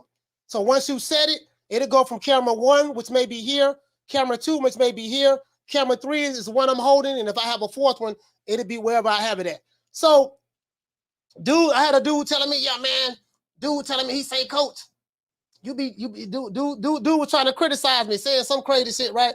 I say, man, look here, man, y'all, you niggas who hating, the niggas who got the bigger channel, some of them was hating. I said, you niggas who hating, man. I say, man, but you can hate all you want, like nigga, and we got the roadcaster. We got the roadcaster here too. Every podcaster have this, the roadcaster. Every podcaster had that. You get what I'm saying? So now we got a full-fledged production over here. Caller, what's your name? When you calling from? What's going on, Coach? Martin from New Jersey. Martin from Jersey, talk to me, fam. What's going on, Coach? Yes, man, I hear that was kind of funny. You and D Block a little while ago. I hear you saying about jumping shit. Me personally, with all due respect, I was never on that shit. You know what I'm saying? Like, I feel like he knocked out all those tomato cans that Bob Arum, that's what Bob Arum provided for him. But when I saw him, I don't know if you remember the Casares fight. When I saw him in that fight, I was like, this is it. This is it. There's nothing else happening. There's nothing else happening here. And then going by his last 3 performances, this guy is the same one-trick pony. He throws a right hand, he throws a jab in the right hand, expecting to get a knockout. Bro, Jaime Munguia is another can kicking champion, but I have Jaime Munguia beating him. The fact that Jaime's trash too, but the fact that Jaime can throw more punches than him, I think Jaime can knock him out. Yeah, he gets he plateaued. That's it. Edgar Berlanga, and then he hasn't really improved with his training. Nothing. Like it's the same people over there, lying to him. This guy's not going nowhere. Him and Jaime could get paid with a good, low budget Puerto Rican against Mexico. Fight. They can get paid because they both sell. And at the gate. Yeah. I think. Listen, bro. Do you think he's? I'm kind of with you. I think Jaime Munguia is a little bit more seasoned than Edgar Berlanga. I honestly believe that. Throws more punches. Yeah, I honestly believe that. In the way he sets his shots up and stuff like that. Defensively, he's not the most defensive sound fighter himself, but. He garbage defensively. He's trash. The thing is, I want to see that fight though, Martin. Both of them are young. Both of them can have good punching power. So I love to see him. I'd rather see him. Yeah, Coach. I'd rather see him fight Jaime than fight Ryder or Triple G, because Ryder and Triple G will beat him. Yeah. John Ryder will beat Edgar Berlanga. John Ryder probably beat Jaime Munguia. And Triple G will probably beat him. Triple G at 40 still good. I like John Ryder. The way he fought Canelo. I like John Ryder over Jaime Munguia and Edgar Berlanga as well. Yeah, he'll beat both of them because those guys they haven't improved. You understand? To be honest with you, I think Big Bad Dennis Hogan beat Berlanga. Dennis Hogan? Nah. You see the fight with Dennis Hogan against Munguia? Yeah, I saw that. Hogan against Munguia. Yeah, I saw that. Dennis Hogan. That Dennis Hogan beat Berlanga. No, the Munguia knocked him out though. Munguia stopped Dennis Hogan. No, Charlo knocked him out. Munguia knocked him out. He was twisting. Let me see. Charlo knocked him out. Who that was Munguia Jamal fought? knocked him out. Yeah, I'm telling. Let me go back and look and see who Munguia fought. Who that was Munguia fought? Jaime Munguia. Let me see who it was he fought. The fight before last. Hold on. Let me pull it up right now. Oh, Kelly. He fought Kelly. Oh, yeah. Jimmy Kill Rain Kelly. That's what it was. Kill. Yeah, but Munguia went the distance. He went. Hey, Jimmy killed Ray Kelly. Yeah, but Big Bad Dennis Hogan, he went the distance with Munguia. Munguia looked like he lost that fight. He almost got knocked out. Oh no, Dennis Hogan. What big bad Hogan from? Where Hogan from? That sounds like a sub sandwich. Oh no, man. Ireland. Yeah, he from Ireland. But wait a minute. Jason Quigley is from Ireland too, if I'm not mistaken. Yeah. But that is a better fighter than Quigley. It's crazy. It's crazy because Coach, it's crazy. We over here raiding tomato cans and then achievers. Hey, Jersey, stand up, man. Hey, Mars from Jersey, stand up. Brick City. Hey, now this Big Bad Dennis Hogan right here. Big Bad Dennis Hogan. Let's see, Dennis Hogan, and who else? Oh, let's see. Maybe Edgar Berlanga need to fight one of these guys. Let me see. Get this out the way. No. That's Dennis Hogan. That's Dennis Hogan right there, and that's Kill Ray Kelly. Hey, Dennis Hogan, Big Bad Dennis Hogan, and Kill Ray Kelly. The Big Bad Dennis Hogan and Kill Ray Kelly. I don't know now. See, they kind of look alike too. All of them have red hair. Both of them, they look like brothers, to be honest with you. Hey, shout out to JRG. Hey, for dropping that. Damn, dub on your boy. Hey, JRG. Playtime's over, boy. You say dub to support the show, Coach. Hey, man, I appreciate that, fam. Shout out to JRG, man, for dropping that dub on your old boy, man. From the bar, there's a platform stage. People pimping, sharp as razor blades. All I'm saying is this here, man. Listen. Hold on, I'm trying to talk to people in the chat. All I'm saying, you got Big Bad, you got Kill Ray Kelly. that's a victim of, that's one of Jaime Munguia victims. Kill Ray Kelly, you know what I mean? And then we got Big Bad Dennis Hogan. So do you guys want to see Edgar Berlanga? I don't know, man. I don't think that. The thing is, though, I don't think that the people, the brothers and sisters of Puerto Rico, I don't think that they can take this anymore.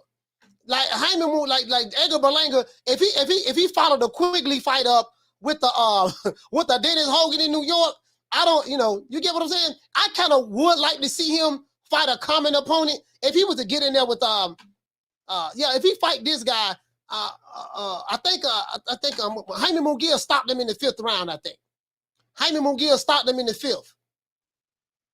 Let me see. That's Dennis Hogan right there. Oh no, that's Kill Ray Kelly. All right, guess what? Dennis Hogan and Kill Ray Kelly fought each other. Okay. Big Bad Dennis Hogan. Dennis Hogan fought Kill Ray Kelly.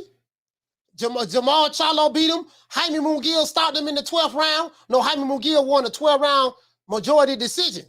So Jaime Munguia, he won a 12-round majority decision against Big Bad. Is that Dennis? Yeah, Dennis Hogan. He won a 12-round majority decision. Then Jamal Charlo stopped him in the 7th round. And then he fought Tim Tszyu. Tim Tszyu stopped him in the 5th round. And then he fought Kill Ray Kelly right here. They went 12 rounds. Yeah, I don't think the Puerto Rican fans, I don't think they're gonna be patient with. I don't think they're gonna. I'm just saying, I don't. That right there, I don't think they're gonna go for that. True. Yeah, I don't think the Puerto Rican fans. I don't think the Puerto Rican fans gonna go for that. Right now, because Edgar Berlanga's on thin ice right now. I think if he follow Jason Quigley up with a Kill Ray Kelly or a Dennis Hogan, I think that'd be ain't nowhere in the hell, man. Nigga, you fight who you fighting this time, dog? Who you fighting this time? Like, we didn't know who the last white guy was who you fought, and now you fighting another one. Puerto Rican don't be playing, boy. Them Puerto Ricans do not play. They're gonna be like, man, you fighting another kid? Like, bro, like, we didn't know who the last dude. So you fighting Quigley's and you fighting Hogans, and you fighting Kilray and Kellys. Look, man, look. Listen, check this out, dog. Listen, we come from a long line of Puerto Rican greats. We come from a long line of Puerto Rican greats. Dog, you gonna have to tighten up on your backstroke. Hey, what do you say? Boo-boo resume. Hey, you know what? Oh, hey, yeah, we can't. Hey, say boo-boo resume. Hey, shots fired. Shots fired. Hey, talk about Demetrius Andrade resume. Hey, shots fired. What? Boy, Lord have mercy. No, for the life of me, and this is why I'm saying that I got to I'm going to back up off the jitterbugs. I'm going to back up on, Edgar Berlanga's only had, 21 fights? 21 fights. So I'm going to kind of back up off him a little bit. So I'm going to see what he do from this point forward and stuff like that. I think what it is, his trainer was telling him to work behind the jab, throw more jabs. But what it is, Edgar Berlanga has formed certain habits that he can't get rid of. He's certain foreign habits. Shout out to $1 Trillion Dreams for dropping that $2 super chat. He say, give Sergey Darynchenko a shot at Berlanga. He say, common opponent. Yeah. Sergey Darynchenko, I wouldn't mind seeing that fight. Sergey Darynchenko lose all his step-up fights. But Sergey Darynchenko and Edgar Berlanga, yeah, I think that'll be a good fight. That'll be a good fight. Yeah, absolutely. That'll definitely be a good fight. Sergey Darynchenko and Edgar Berlanga. That'll definitely be a good fight. What about Rocky Marciano? Oh, there they go.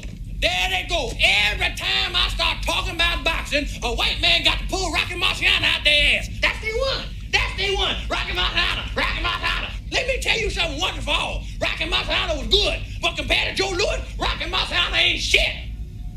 He beat Joe Louis's ass. Hey, what to say, Flex BX? You saying he got the nerve to mention Canelo name out of his mouth. He got the nerve. You know what? Hey, Flex BX. Now, I ain't saying this. Now, I'm not saying this. You get what I'm saying? But according to reports, sources say, I have to preface this. According to reports, sources say, I got to repeat it 3 times like Dr. Umar Johnson's. According to reports, sources say that Saul Canelo Alvarez dunked Edgar Berlanga and signed with the PBC. True. They say Canelo dunked Edgar Berlanga, the Puerto Rican assassin, and he ran into the arms of Al Heyman. What? That's what they say. What? That's exactly what they say. Put some respect on my name. Really though, you feel me? Now, I don't know how true that is now. I don't know how true that is. Nigga, Canelo ducking, he ran from Edgar Berlanga, dog, because he knew that Puerto Rican power was real. That power was real, and he jumped into the arms of Al Heyman. You get what I'm saying? But this ball been taking the easy match. Hey. Fight another ball. You know, we did it first. We did it first, and we motivate even the greats. It is what it is, man. Cocaine's a hell of a drug. Yes, sir. The stickiest of the icky. You want to smoke with the old boy Rick James? Y'all know what? Hey, you know, man, True Media Today, USA Boxing, man. We are the official podcast of Team Freeway Boxing, man. Shout out to my brother, man, Freeway Ricky Ross. Salute. What's my name? My name is nobody, and I don't live nowhere, and I don't know nothing. I don't know because I know that you gon' tell God on Jesus, kiss a Judas, silver pieces, monkeys acting in the monkey show. Gangsta monster killer, silverback. Where is your rap sheet? That you never explains, moving fast, thinking slow. Dummy clown, silly Billy, need a hug, thugs on drugs, monkeys acting in the monkey show. Man, it is what it is, man. Hey, we sitting back. Hey, what to say, Jamie? You said Canelo sleeps Berlanga in the first, probably. Yeah, I ain't gonna lie, dog. That'll probably be a first round knockout. I mean, he not ready for Canelo. I mean, I think that's obvious. He's not ready for Canelo.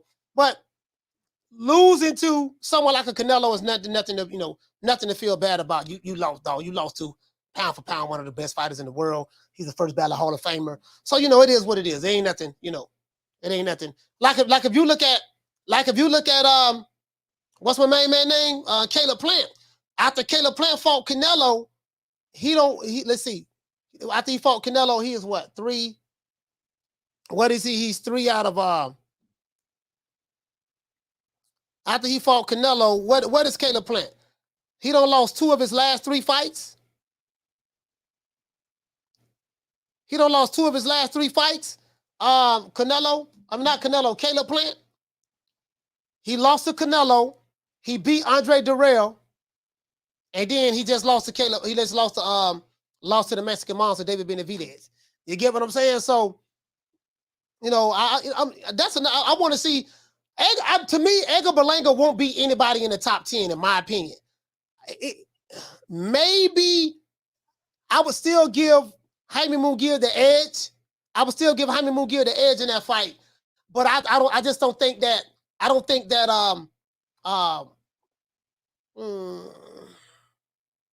Yeah, I would give Jaime Munguia that edge in that fight. Nigga, when my name come up, respect it.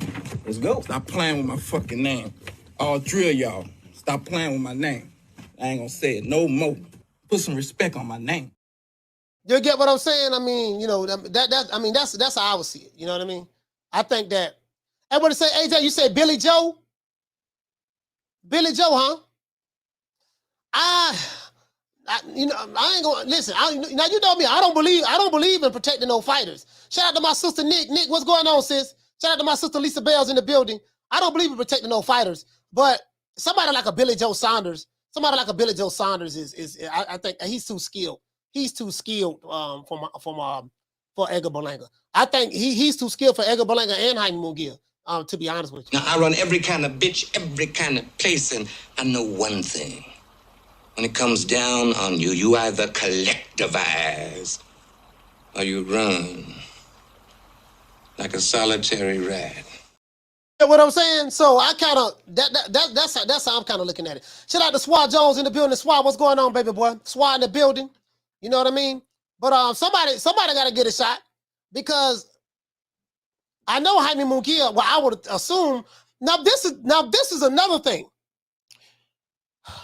It hasn't fully been confirmed because we haven't heard it from Jamal Charlo or Canelo Alvarez. But assuming what we're hearing of the reports of Jamal Charlo and Canelo fighting in September, my thing is, what is the PBC? What is not the PBC? The WBC is going to allow to happen with that belt. Because if Jamal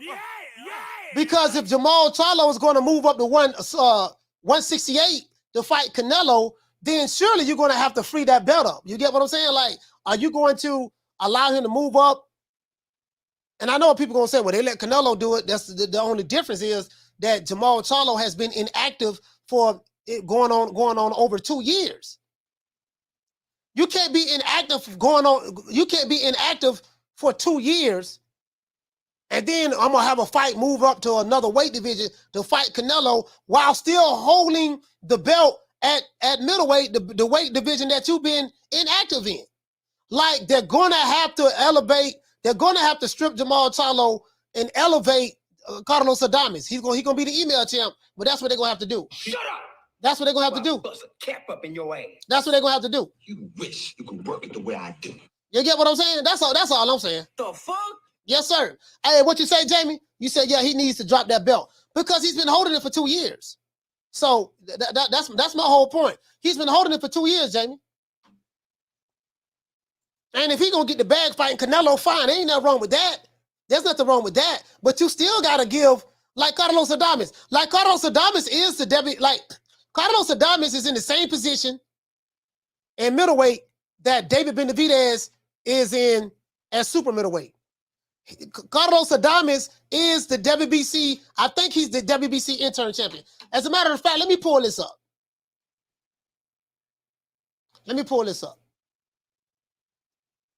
Hold on, guys. Pull up WBC. Now we do know the WBC full of shit. We do know that, guys. The thing is, when it comes to the standards and integrity, we can throw standards and integrity out the window when it comes to the WBC. In my opinion, they just, you know what I mean? They make the rules up as they go along. Let me show you guys something. Now, you got Jamal the Hitman Charlo, rumored that he's going to be fighting Canelo in September, right? He's 33 years old now. He was born May 19th, 1990. So So he's 33 years old now. I think Canelo's birthday is in July, June or July or something of that sort. It's been over 2 years now. His last defense, June 19th. You guys see that now, right? His last defense is June 19th. Carlos Adames is the intern champion. David Benavidez, if I'm not mistaken, I think he's the intern champion as well. This guy wants Jamal Charlo bad.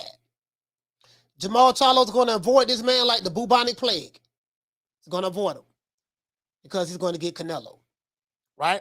He's going to get Canelo. So,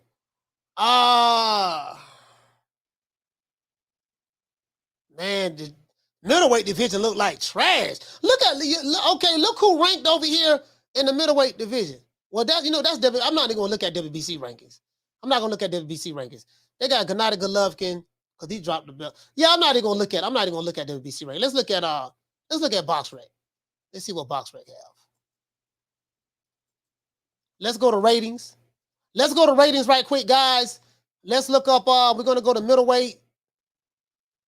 Let's go to ratings. Look up middleweight, and let's see.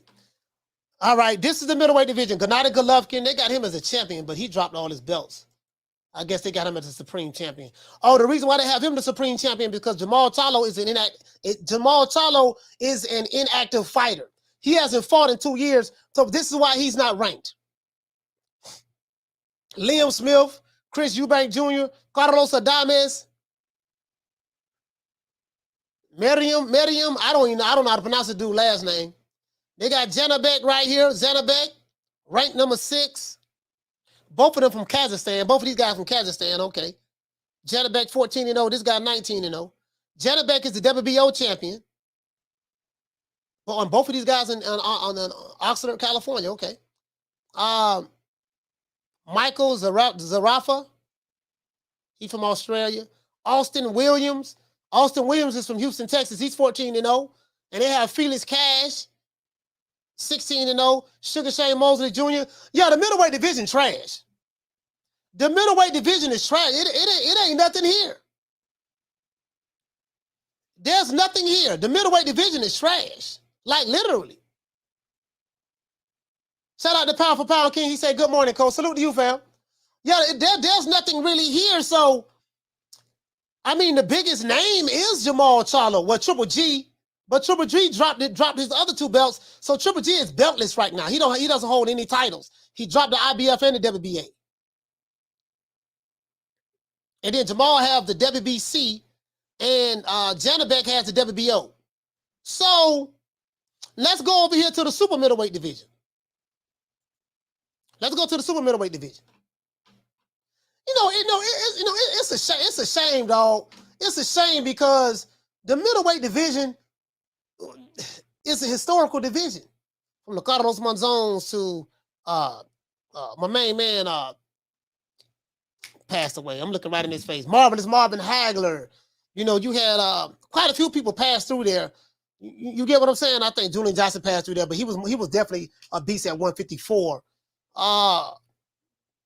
You got McCallum. You got the G-Man. You have all of those guys kind of like passed through because they fought at Julian Jackson. They fought at junior middleweight, and they went to super middle. Some of them even went to light heavy as well. So, B-Hop. The middleweight division is a historical division. You get what I'm saying? So it pains me to what the middleweight division has become. It pains me what this division has become right now. It really pains me. I'm not gonna lie to you. Let's check out the super middleweight division though. Let me blow it up a little bit right here. It's already at 200. So super middleweight division. Now this is box rec, guys. Let's go to the ring as well. This box rec. Canelo, Benavidez, John Ryder, Jaime Munguia, Demetrius Andrade, Sergey Derevyanchenko, Christian Mabili, Caleb Plant, David Morrell, Vladimir Shishkin. They got Edgar Berlanga number 12. So, you know what? Right here, let's go over here to the ring.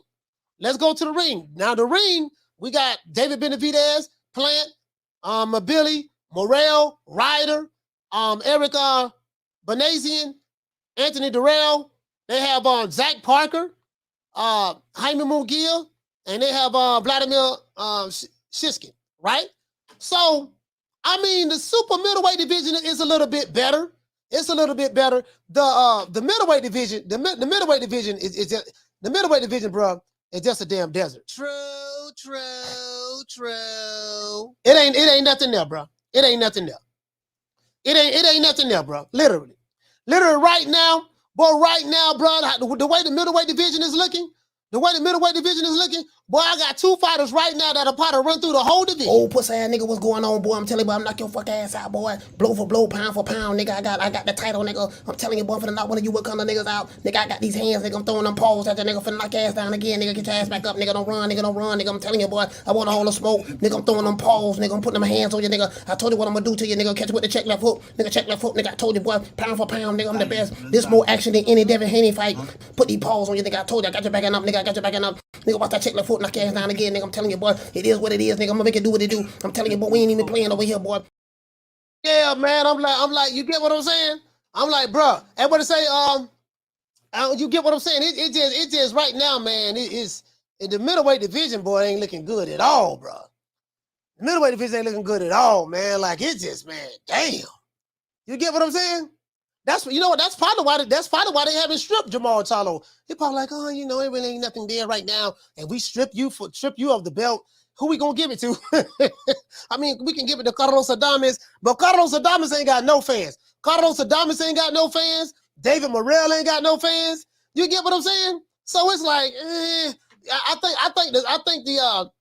think the sanctioning bodies are making you feel me, Swah? I think the sanctioning bodies are making a business decision. They're like, yeah, man. I mean, we can. But this ball is taking the easy matches. Fight another ball. We can give it to Carlos Adames, but Carlos Adames, how many fans? That's what they doing. Like, Carlos Adames deserves a right to fight Jamal Charlo for the title, but the WBC, they like, no, don't worry about it, Jamal. You're gonna be okay. I mean, we knew 2 years ago, how his plan was to get Canelo, and he finally got him. Now he's over here, 3-fight deal. We're gonna feed you to Canelo. We're gonna serve you on a platter to Canelo. With some hot sauce and salt, pepper, stuff like that. We're gonna feed you over there, and we're gonna still let you hold the belt. Don't worry. If you lose to Canelo in September, you still will be able to hold on to the belt, even though you haven't fought. You get what I'm saying? Like, bro, like you in the nation, we had something called, brother, go relieve that brother of his duties. Relieve that brother of his duties. Relieve him of his post. Hey, brother, let me relieve you of your duties right now in this post, brother. Right now, brother, you've been holding this belt since 75. Man, other people in the division, want to go in to get a shot at the title. All jokes aside, it's not fair to those guys. It's just not fair. You could have easily said, okay, Jamal Charlo, you're going to be a champion in recess. It's not fair to those guys. You get what I'm saying? So, Triple G, now look what Triple G did. Triple G dropped his belts. I don't have no problem with Triple G. Triple G dropped his belt. He said, you know what, man? I don't fought Canelo 3 times. I don't win overseas and fought the dude from Japan. I forgot his name. Murata. I think it's Murata. Went over there, dropped it. Beat the guy. Took his belts. And I think Triple G ended up having 3 belts. Yeah, Triple G had Triple G had 2 belts. He had 2 belts, and then Demetrius Andrade had the WBO. And Jamal Charlo have the WBC. Then once Triple G unified the division again, had the IBF and the WBA, he had some mandatories coming up, and he just said, I ain't finna fight these mandatories. But what I'm not going to do, I'm not going to hold the division. I'm going to just drop the belts. So Triple G dropped the belts. You get what I'm saying? Hey, you feel me, Bruce? Triple G at least dropped the belts. Now, then Andrade moved up. So since he moved up, that freed up the WBO. So you have Janibek have the WBO. Who has the WBA and the IBF? Who has the WBA and the IBF? Let's see.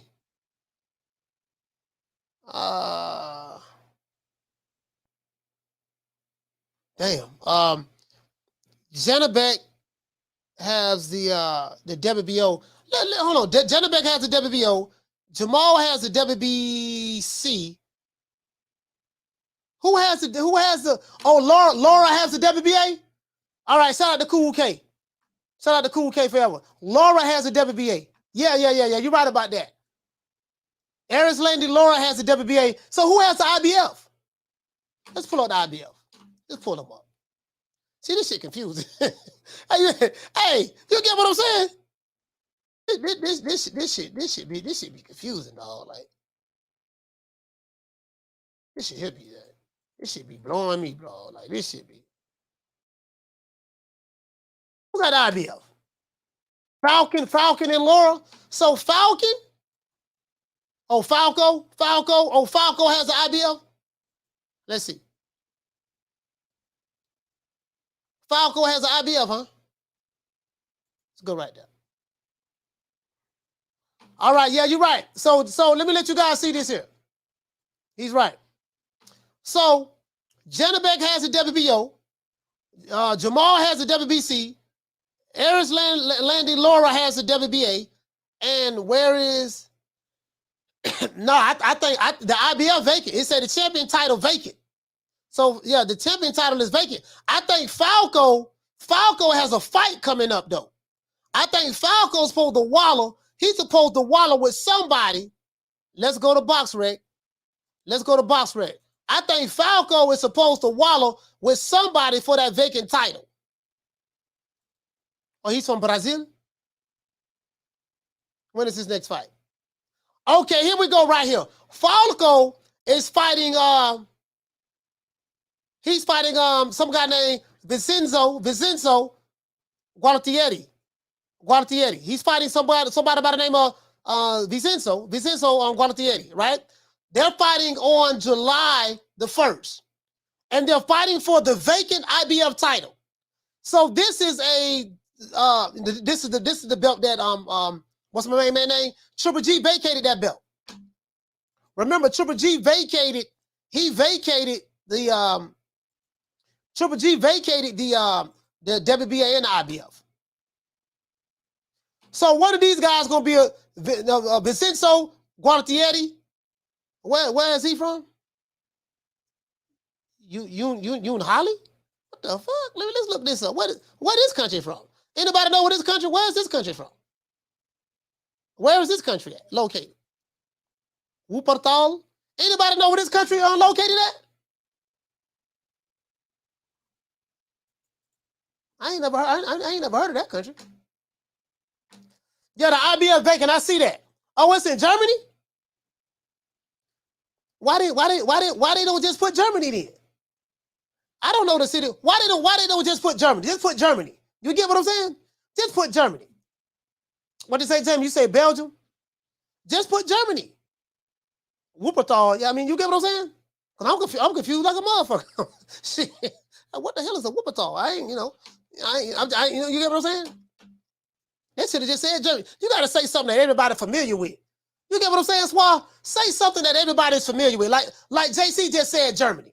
Dr. T said Germany. Just say Germany. You know shit. They know a motherfucker like me. I don't shit. You Nali? Come on, you Nali Wuppertal? Like, come on, man. Just say Germany, man. God damn. I've got to look this shit up. Got to Google it and all on my phone trying to figure this shit out. You get what I'm saying? Anyways, so this guy right here, as you can see, this guy right here is fighting for the vacant. He's from Brazil. They're fighting for the vacant IBF title. Lord have mercy. What have the middleweight division come to? This shit look bad, dog. The middleweight division look bad, bro. Like, this shit don't look good at all, my nigga. This shit looking terrible. Ain't nobody ranked number 2 in the IBL. They got this guy in Germany, so he fighting. So he fighting both of these guys, Brazil and Germany, fighting each other to see who's gonna become the new IBF champion. That's good. At least they fighting. You know what I mean, bro? They got a bunch of names on here. Like, look at the top 10 in the IBF, bro. Austin Williams. I think he's from Houston. Elijah Garcia. Okay. They got a dude named Fedor. I can't even pronounce his last name. He from Poland. Felix Cash from the UK. I know who Felix Cash is. They got Miramum. I can't even pronounce his last name. He from Kazakhstan. They got a dude named Andre Makalovich. Andre Makalovich. You know what I mean? He from New Zealand. They got Dennis Radovan. Dennis Radovan. He from Germany. They got Vincent Gualtieri. He from Germany. They got number 2. Ain't nobody at number 2. Then they have Esquiva Falco. They got Esquiva Falco. He from Brazil, right? And then we got Janabek from the WB. He from Kazakhstan. He ain't got no fans really. And then we got Jamal the Hitman Charlo. He ain't fought since 75. And then we got Arislan Delane DeLaw. Man, the middleweight division looking like trash. True. God damn, what happened to the middleweight division, bro? That shit look crazy, fam. The middleweight division is looking crazy. What you say, Swall? He said, hey, coach. He said a bunch of Terry Conklins. Bro, the middleweight division, man, come on, man. Man, come on, man. That's the middleweight division. That's probably why, bro, Mauricio Sulaiman, they probably like, look, Mauricio, I mean, you can strip Jamal Charlo of the middleweight title, but who you gonna give it to? Who you gonna give it to Janibek? Well, he got the WBO. Who you gonna give it to? Esquivo Falco? You know, you gonna give it to Vincenzo Guartiera from Germany? You gonna give it to Falco from Brazil? You gonna give it to Dennis Radovan from Germany? You gonna give it to Andre Makalovich from New Zealand? Like, who you gonna give it to? Felix Cash in the United Kingdom? That might be a decent name over there. That'd be good for him over there. You gonna give it to Fedor, what is his name, Kyrgyzstan or whatever from Poland? Who you gonna give it to? They probably like, yeah, you know, you make a belly point. You gonna give it to Sugar Shane Mosley Jr.? You know ain't nothing Sugar Shane about this boy. You gonna give it to Mateo? What's his name? He got a dude named Mateo Signani. Let me let y'all see this. Mateo Signani. Look at this here. You gonna give it to Mateo Signani from Italy? And then you got 3 more dudes from, like, look at the top 15 in the IBF. You have 1, 2, 3, 4. You have 5 guys in the top 15 in the IBF from Germany. You have 1 guy from Italia. You have 3 guys de los Estados Unidos, Elijah Garcia, Austin Williams, Shane Mosley Jr. You got a guy from Poland. You got 1 brother from the UK, Felix Cash. I know who he is. And then you got 3. Then you got 2 guys. You got 1 guy from Kazakhstan. I can't even pronounce his name. Miriam Nursultanov. I mean, I can't pronounce this shit, man. And then we got Andre Makalovich. He from New Zealand. Then we got Dennis Rodman. I thought it was Dennis Rodman when I first seen it. You got Dennis Rodman or Dennis Radovan from Germany. And then Vincent Guantiera. And then we got doggone Esquiva Falco. Come on, man. True. Hey, listen, I can't throw no fight part of this. You know, I can't even get excited about that. Yeah, dog, I'm telling you, dog. Hey, we throwing a fight party. We got Andre Makalovich from New Zealand versus Miriam Nursultan, guys. You know, from Kazakhstan. You know, y'all show up. Man, I probably have about 10 people come over here, man. True. Shout out to DeMar Weston. Hey, okay. Dropping that quarter over. Bam, dub on your boy. Hey, Leroy. Super chat received. Playtime's over, boy. Can't throw no fight. You know, I can't throw no fight part on that shit. What you say? He said that's why they say Charlo resume look the way it does. Ain't nobody resume going to be on the power for power list. Man, hey, Scotty. Hey, WCS. You get what I'm saying though? Man, come on, man.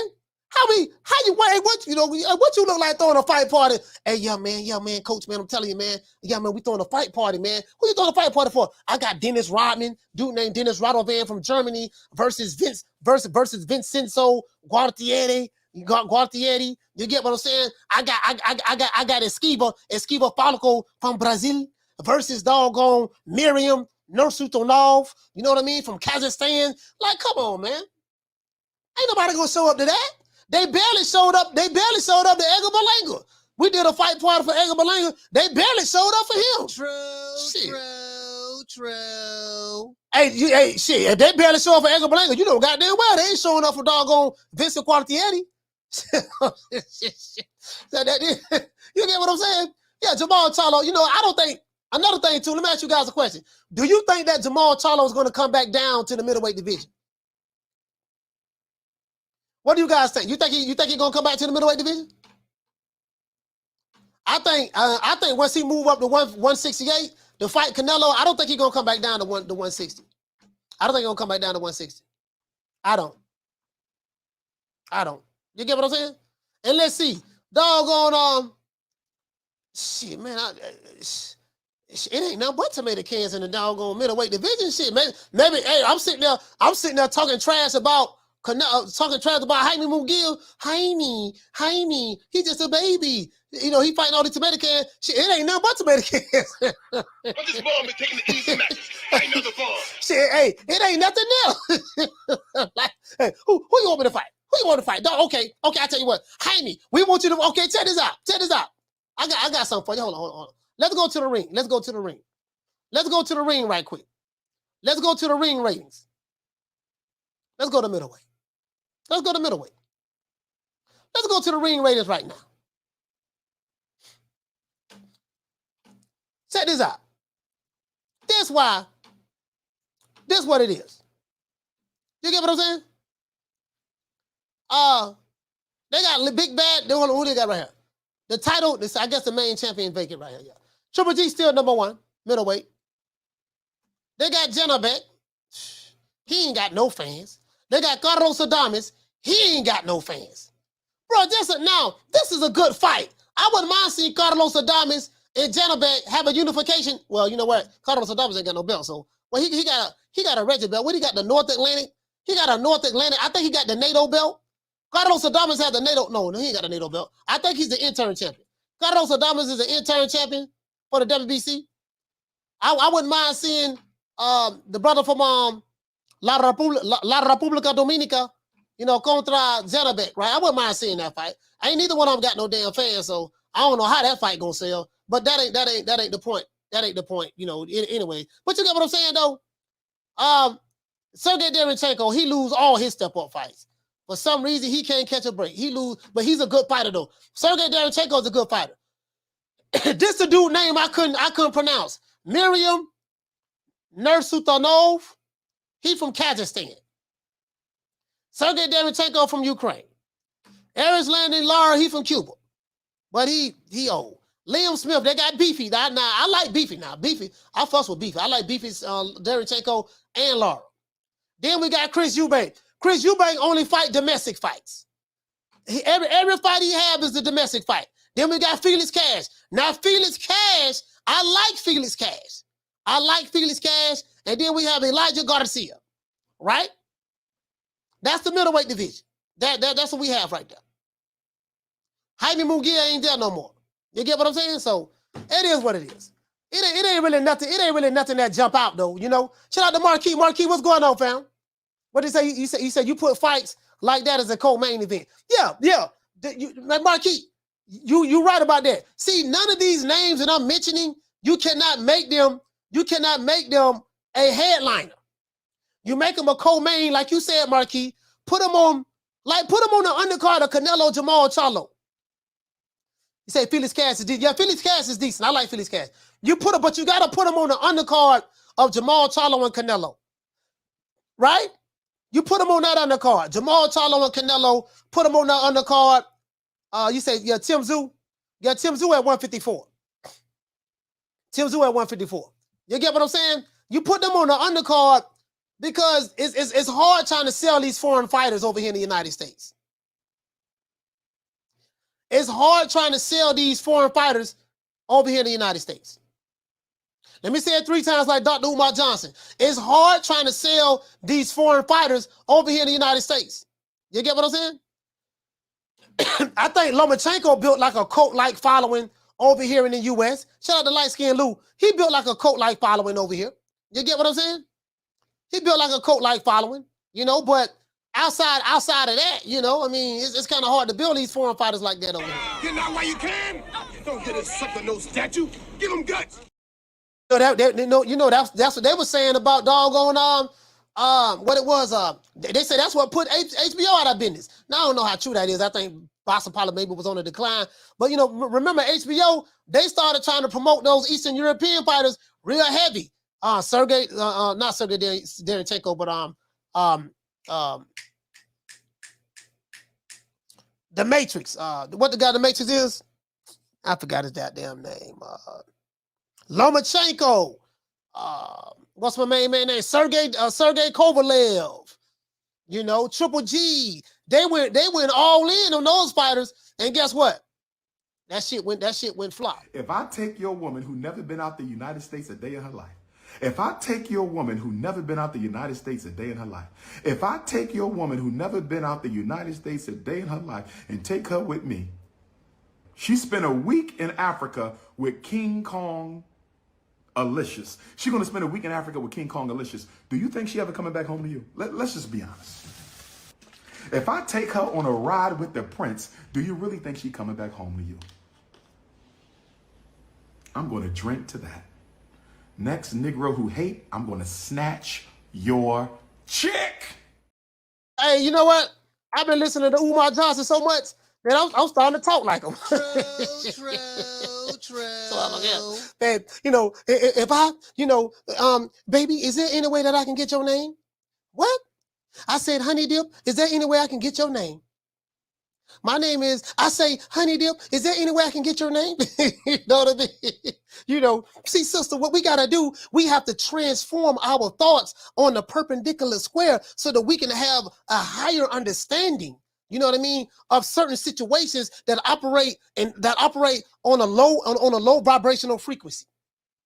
When you want to elevate and go to the godlike level, you're going to have to take the time out to see the things that are around you so that we can come together as a unit. One thought, one mind, one process. One thought, one mind, one process. I repeat, one thought, one mind, one process. Once we process some information, once we think about the information, process the information, and come to an agreement with that which we are processing, then we become one. Once we become one, sister, then I can reach heavenly heights. You got to understand, overstand, and overstand. You know, he said you got to understand. He said you got to understand, overstand. What he say? What did he say? He said we got to. What would I say? We have to overstand, understand. Oh, God. I know who I say. What did he say, man? I forgot what my dog say. He said, hey, what my dog? He find it. I got it right here. I got it right here. What? Hey, what dog do Umar say? We got to understand, overstand. Sister Danielle, when are we going to have a Garvey baby? Lord have mercy, Sister Danielle. You must not have heard me. Sister Danielle wants to have a Garveyite baby with King Kong Alexis. Sister Danielle, and she fine too. Look at them eyes. Sister Danielle, listen, baby. We got to build the nation first. If I give up all my testosterone, I won't have no energy to build the nation. I got to build first, okay? We must build before the back shots. We must handle the business before the back shots. It is consciousness over the cookies. It is politics over the punani. It is revolution over the romance. Sister Danielle wants to have a baby with King Kong Alexis. She fine too. Lord have mercy. Might have triplets. But Sister Danielle, stay focused, my sister. Understand, overstand, and understand that the building, the nation building must come before the back shots. I said the nation building must come before the back shots. Brothers and sisters, we must stay focused. We must stay focused. See, we have to stay focused. I would say understand, understand, and overstand. You see, Swab, that's the problem. Anytime, see, when you're talking to these honey dips, any of you brothers out there, y'all ain't really got no game. You trying to holler at a honey dip, you got to understand, and overstand the situation. If you got a honey dip, you see what I'm saying? You want to holler at her, want to talk to her, you have to be very careful and calculative about how you approach, you know what I mean? You know, the opposite sex. That's all I'm saying. You got to be very careful and calculative about how you approach the opposite sex, because depending on what you're looking for, sometimes you can attract that what you are. What I mean by that, if you are a Nick Sack, patty whack, give a dog a bone, sitting on Rent-A-Center furniture, drinking all the kids' juicy juices, the Kool-Aid, eating all the cereal, drinking all the milk, then I can tell you right now, and guess what? And you watch every twerk video that's on social media, I can guarantee you that you're gonna attract a Boquisha. True. You will attract the Boquisha. You're gonna attract the Glorilla. You're gonna attract, well, you know, that's what you're gonna attract. You want to know why? Because you are the male version of that. By you being the male version of a Boquisha, by you being a man, by you being a Pookie, by you being a Ray, you know what I mean? You know, by you being one of those, you ain't got no choice but to attract that. You know, you ain't gonna attract no what Kevin Samuels used to say, high value woman. You ain't gonna RP to Kevin Samuels, man. You ain't gonna attract no high value woman. You know what I mean? Not smoking on the Nick Sack. You gonna attract Nick Sacks. If you spend your day all day looking at twerk videos on YouTube, on YouTube and Instagram, and you be on OnlyFans all day, yeah, I'm on OnlyFans, dog. A complete waste of time. If that's what you're doing all day, that's what you're gonna attract. Yeah, man, it ain't no good women out here. No, there's some good women out there. It's just that you keep attracting Boquishas. Same thing for the sisters. You can't sit back and say, you know, I want a man who making 6 figures. I want this and I want that. But you attracted the man. You like Pookie. You like Ray. You attracted the AK-47. You got with AK-47. He got 5 baby mamas, 10 kids, 5 baby mamas. You got with him. I just like him. It's just something about him. I don't like them square dudes over there. I don't like the dudes over there with the good credit. And you know, he making 100,000+ a year, 150, 200. I don't like them. You know, I need a thug in my life. Yeah, you want the nigga who you gotta call, who gonna be calling you collect. You know, your house gonna get shot up. You know, been in a couple of drive-bys, you know, tatted up, face on down. I got tatted with too. You get what I'm saying? You want that, and then hey, it ain't no good men out there. No, the good dudes, you don't want the good man. True. You know, you don't want the good man. Then you don't want the good man. You get what I'm saying? I'm saying these are the good sisters. I'm saying the good women out there, they don't want the good man. They don't want him. They don't want somebody who has some kind of stability, stuff like that. You know, we're gonna do, check this out. What we're gonna do, we're gonna put together a trust fund, you know, put together a trust fund, you know, just in case something happened to me. I got a trust fund, everything gonna already be worked out. You know, if something happened to me, you know, because when you have a family, you're supposed to have a trust fund just in case something happened, you die, whatever. You got a trust fund where, you know, it's gonna be left to whoever, and you know, have your little will or whatever the case may be. Just stuff that we don't do. You know what you like, you want to mess with dudes that have high risk behavior. What did it say, Schoolo? They think we born. Yeah. Shout out to Food Revolution. What's going on, sis? Shout out to Food Revolution. I'd rather be your NIGGA so we can get drunk and smoke weed all day. Like, bro, that what Tupac said. I'd rather be your NIGGA so we can get drunk and smoke weed all day. That's a complete waste of time. We drinking all day, and we drinking and smoking weed all day. We gonna get drunk. We gonna smoke weed all day. We gonna hunch, and then after we get through hunching and doing all that, we gonna wake up in the morning and do it all over again. True.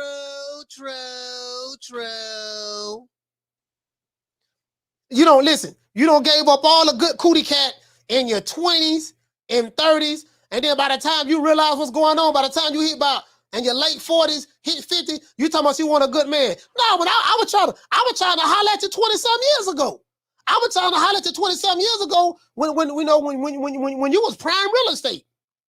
Now you want to holler. No, I'm good now. I'm good. I don't pass now. True. Yeah, I was trying to holler at you. I was trying to holler at you back in 79. You said no. You get what I'm saying? You don't mess with every no good dude you know, consecutively, year after year after year, and then now 20-some years later, you don't got tired. Now you want to holler now. No, I'm good. True. Yeah, I'm good. I don't want to holler. No, now you want to holler now. Nah, I'm good. Nah. The real estate ain't prime no more. And it's the same thing for the sisters. Like, listen, you can't be, you can't be messing with AK-47. Like when I was growing up, all the women wanted the dope boys. The dope boys had all the girls. I'm being honest with you. The dope boys had all the girls, boy. But the dope boys had all the girls, all that stuff there. They kept their wig done every week. Manicure, pedicure. They got to ride around in all the dope boy cars until the feds came. True. When the feds come, they take everything. You get what I'm saying? And now she didn't learn any high income skill set. A high income skill is something that pays you 6 figures or more. That's what a high income skill is. A high income skill is something that pays you 6 figures or more, right? Then you got some dudes I don't want no dude making $50,000, $60,000 a year. That's what that ain't my cup of tea. Yeah, but you making $30,000 a year. I want a man who can who gonna be making this and driving that and yada yada yada, because that's what she's been accustomed to from the streets. But that was an illusion. When the police come, the feds come, now you gotta go to the jail, go make these visits, all this stuff there. You get what I'm saying? They don't repo the car. Now you gotta get a bus pass. You're catching a bus now, or Uber. Back in the day, we called the bus. So you got or Uber. You get what I'm saying? And you realize all that money he was making, I ain't take none of that money and put myself in school, build my skills up so I can learn something because he's living a high risk, because this is a high risk lifestyle. The chances of him not being there for you is high. True. So as men and women, we just gotta make better choices. That's all I'm saying. So this message for all you young dudes and women out there. If you're a young female or a young dude, I'm trying to tell you, I know you young dudes, I know y'all like the OnlyFans girls. I know y'all like the OnlyFans girls, and I know y'all like the Instagram models. I'm gonna tell you something. I'm gonna tell you jitterbug something. Boy, you wasting your time. You ain't gonna listen to me. I know you're gonna listen to me, but boy, when you get old enough, when they hit you, when you in child support court, looking crazy, and that $15, $20 an hour you making, and you paying $300 you paying like $400-$500 a month in child support, and you can't afford to get your own place because child support is hitting you up. So you got a roommate with some of your homeboys so that y'all can share the rent because child support hitting you up. That's when it get real. True. Yeah. I remember I had a cousin, right? I got two cousins. I got a cousin named Speedy. His name Frank, but we call him Speedy. He was the DJ. And I got a cousin named 3-4. 3-4 was on child support. My cousin Speedy was on child support. Back in the day, they lived in a house right down the street. It was on Broad Street, right? On Broad. Right down the street from Riverview Terrace Housing Projects, between Nebraska and Florida Avenue. And it was a 6-bedroom house. We called it the Bachelor Crib. It was a 6-bedroom house.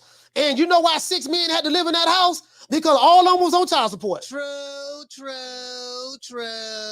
It was 6 dudes in that house. And we used to come over there and play dominoes. My cousin was the DJ. So he always had the music playing. Anytime there was a fight, you get what I'm saying? We go over there and watch the fight and stuff like that. But all of us getting killed, boy, on child support, boy. I'm talking about $400-$500 a month. $400-$500 a month. I'm not talking about this money was coming out automatically. True. Yes, sir, boy. 6 dudes had to live in a house together because child support was breaking their ass off with some real problem. Hey, we need 60 more likes. We need 60 more likes. Yeah, for real though. For real. It is what it is. And then the sisters, and then you had the sisters like I knew some good women, man. They got caught up with the wrong dudes, but good girls like the bad boys. Good girls like the bad boys. They love them. And then the worst thing you can do is have a child from one. You must rather have a child from a bad boy. God damn, that nigga ain't gonna be there. He ain't gonna be there. Shout out to Demond West. What did he say, family? Say that's why they say Charlo's resume look weak because I read your super chat already. They ain't gonna be there, fam. They ain't gonna be there. I can promise you that. Down from the bar, there's a platform stage. People pimping, sharp as razor blades. They gonna suspend your license. Your license gonna get suspended. Shit, I know what chick that was on child support. I think her kid's father had custody, and he ended up getting married. He got married, and he put her on child support. True. Yeah. He put on child support. Damn so did. Yeah. You get what I'm saying? So, that's what I was kind of worried about with Jamal Charlo. I'm like, damn, dog, this man got 5 kids. His high school sweetheart, he got some serious whole problem. And then now he's fixing to get she finna Berelnga him. But I heard that Jamal Charlo got custody of all 5 of his kids. But listen, in a situation like that, that's the best thing that can happen to you in a situation like that. You a man, you get custody of your kids, Lord have mercy. It should never, it's bad when the state get involved. When you got to get them white folks involved in your business because the man and the woman can't work it out and the white folks get involved, boy, it's going to look ugly, boy. It's going to look super ugly. Shout out to South Central. Hey, okay. We're dropping that quarter of a bam dub on your boy. Hey, Leroy. Super chat received. Playtime's over, boy. Yeah, man, for real though. He say since it's story time, tell that story again of an old boy crying on the phone in jail, talking to his girl.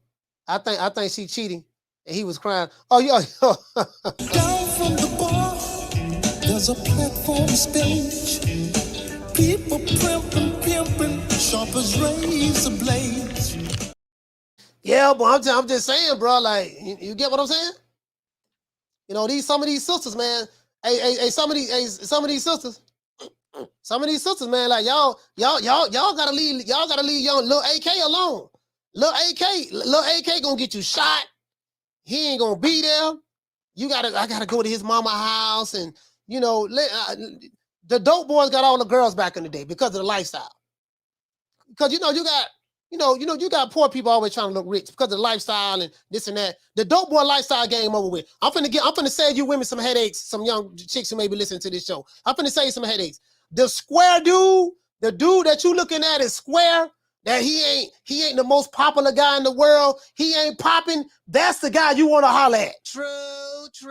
Yeah. True. The dude that ain't popping, the dude that got that good job with the 401k plan, he been on his job for some years, all that stuff there, work hard. That dude that he ain't popping, that's the guy you want to get with. The nigga that's popping ain't gonna be popping right now. I got some friends right now. They were some big dope. Again, I don't want to throw anybody under the bus. I ain't gonna say no names. But they was big dope boys when I was growing up. Big dope boys. They had all the females, had all the cars. They had everything. They had a reputation. Their name was out there. The female, the chicks, it was some of the chicks that was bad. They wouldn't even holler at certain dudes because he wasn't up to that caliber. Guess what? All them dope boys, them niggas, I be seeing them niggas right now. Like when I be out and about doing the city, them niggas broke shooting better than the broke dick dog. True. And them females that was fine as all outdoors. Like me, I still look good. I still look good, nigga. I'm 170 pounds. You know what I mean? Got about 12% body fat. I still look good. You get what I'm saying? But it's some of them chicks, man, like that was fine as all outdoors, boy. Wouldn't even, you know what I mean? I'm like, what the fuck? Like, damn, what damn, you was the shit in. What the hell? Man, shout out to Food Revolution. What it say, sis? You say now it ain't dope boys. That's played out. It's scammers. And the look and act like squares sometimes. Okay. Yeah, the scammers. Yeah. So it's a scam game now. The scam game. You know what, Food Revolution, you can tell too, because a lot of them dudes, anytime, this how you know anything is a scam. Anytime the people you looking at, they go to showing the cars and the money. If that's the first thing they show you, it's a scam. If they go to showing you their lifestyle, a perfect example, if you look at Brother Polite now. Now, Brother Polite now, if you look at anything dealing with Brother Polite, it's, you know, he got the red bottom shoes on, red bottom hat, you know, he's sitting on a Bentley, he got pictures with Floyd Mayweather, this and that. He got, you know, I got several wives that I'm married to. And then, yeah, you know, he talking about status correction. I wrote all these books. Like all of these guys, you know, it's like, oh man, they're using the same language. They all on Instagram, you know, they're all on Instagram, you know, try my program, you know, my program, sign up for my program. Anything that when they start showing you the material stuff, it's a scam. True. And you feel me, JC? When they go to showing you how I'm living, I got this, I got that, they are trying to attract some young foolish people who they don't watch the BET Awards. They've been watching Love and Hip Hop, Atlanta, New York, LA, Chicago, Carolina. They've been watching all the hip hop, all of the hip hop Atlantas or the New Yorks or whatever, right? And they, you know, some of those dudes flogging, you know, acting like they living this rich millionaire lifestyle, only to find out they cars getting repossessed, and it's all an illusion. See, they trying to sell you this illusion, right? You thinking, man, they balling. So if I get with them, they gonna help me come up. No, man, that's the bait. That's the honeypot. True. Anytime they showing you all that material stuff, it is what it is. I remember back in the day, right? This is a true story. I remember when I was in high school, nigga, I used to come to school, right? We used to flog hard. We were flogging hard back then. I used to come to school, right? I would get money. When I about 15 or 14. Remember I told him a dude had took my girl and shit. Took my girl to Yana, man. You know, she 2 weeks before the prom. And I told myself, as a matter of fact, when I started selling dope, check this out. This is a true story. Now, this back in 87, 88. I started selling drugs because I wanted to attract the girls. And every nigga I know who ever sold dope, they sold dope because they were trying to attract the girls. Because the girls at that time, they were attracted to materialism. I had the Kango outfit, the Filas, the shell toe Adidas, niggas pulling up in Dunks, 74 Chevrolet Impalas, you know, with rag top, you know, 30s and lows, you know, you get what I'm saying? Just all of that, right?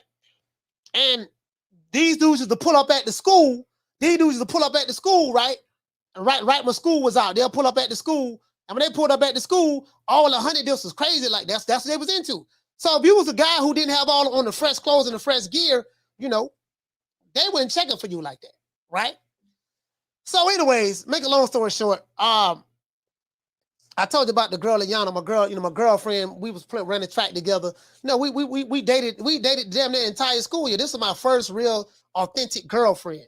You know, and I was a virgin at the time, but you know, I thought this was the one, right? You know, my girlfriend, and she introduced me to her mama and daddy and stuff like that. 2 weeks before the prom, the nigga Ed took my girl. He took my girl, and I used to hold my girl books, walking to the classroom, walking into her class, holding her books. Little did I know the nigga Ed was scoping. He was plotting on taking my girl, right? So one day, you know, I used to sit in the hallway and wait for my girl to come by. Then she'll give me, and then I'll see her walk with her and stuff like that. But my clothes was jacked up though. My clothes was jacked up. Hey Thuggy D, my clothes was jacked up. I ain't had no good gear now. I had like 5 pair of pants, about 6 shirts. 5 pair of pants, 6 shirts. You get what I'm saying? I had some turfs. I had 2 pair of shoes, right? And boy, I take good care of my clothes right now to this day. But I had 2 pair of shoes, And boy, I had some Turfs. Some Turfs was my favorite pair of shoes. But I used to keep them clean, all white Turfs, right? And she just 2 weeks before the prom, I see the nigga Ed walking with my girl.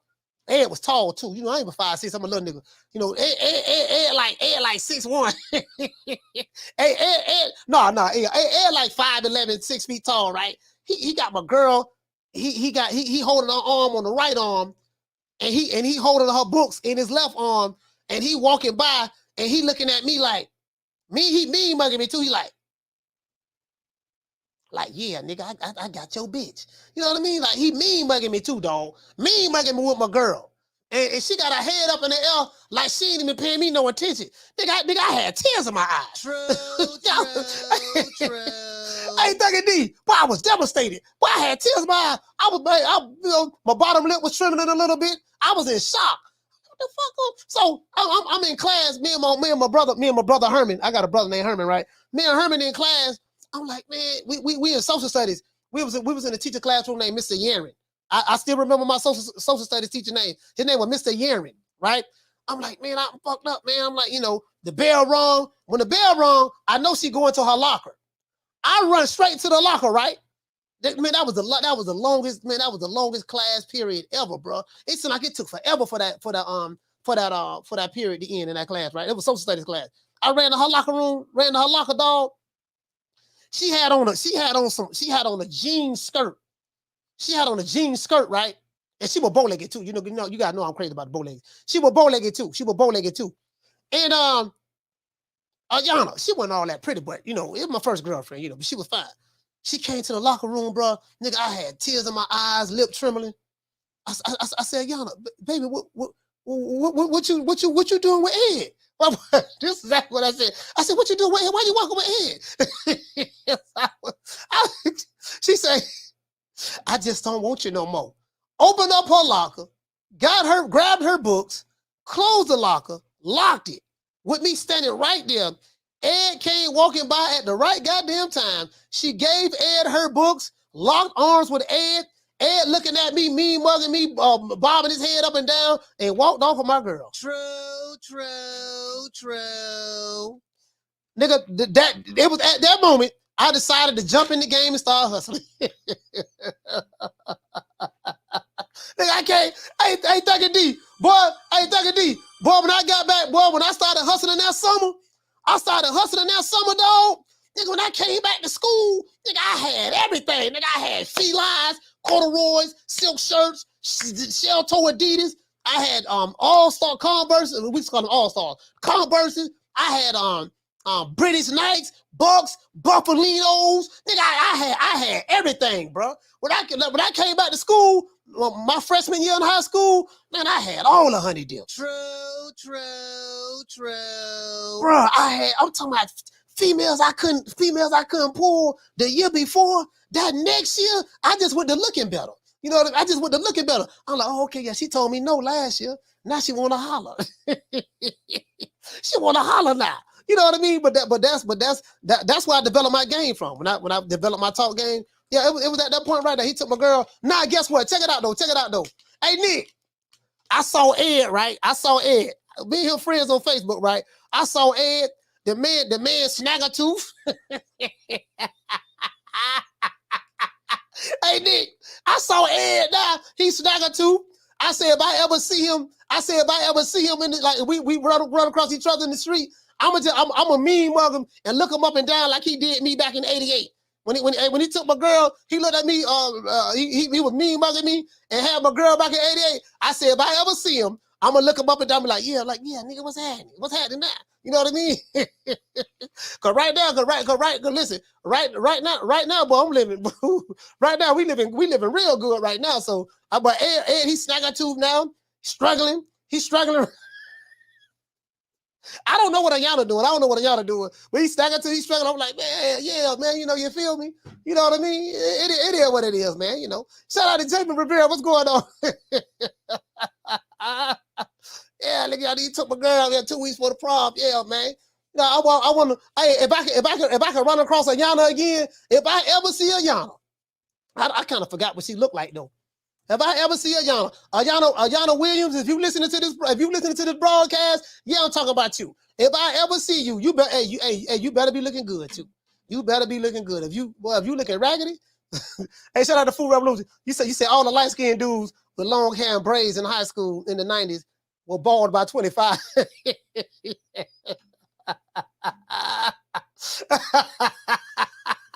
Hey, he said, hey, you better be looking right. That's all I say.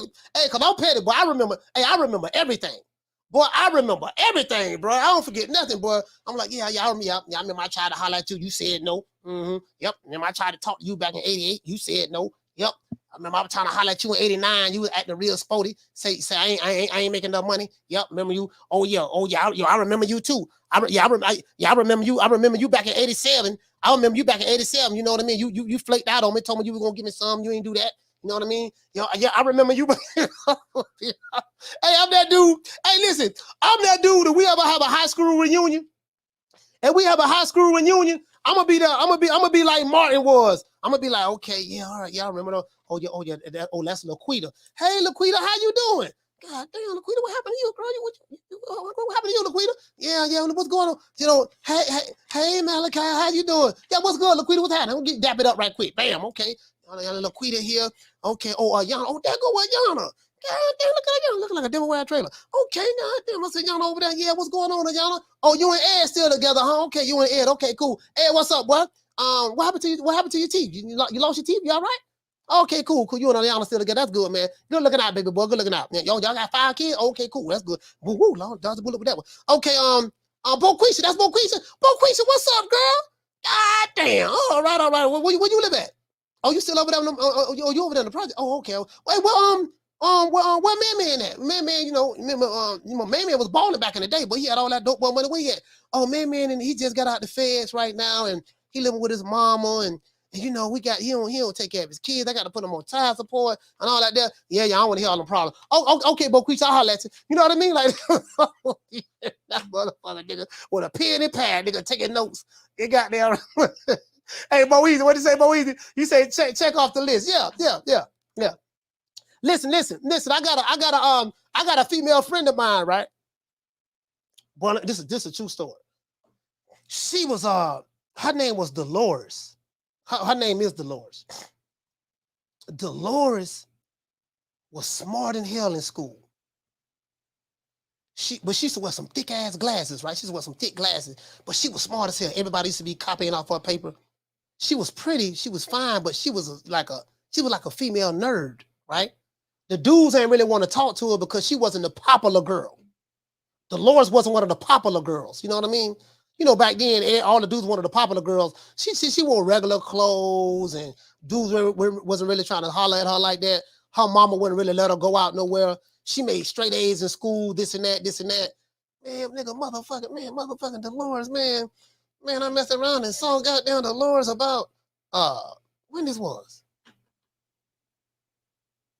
Man, Dolores got like a job in IT or something.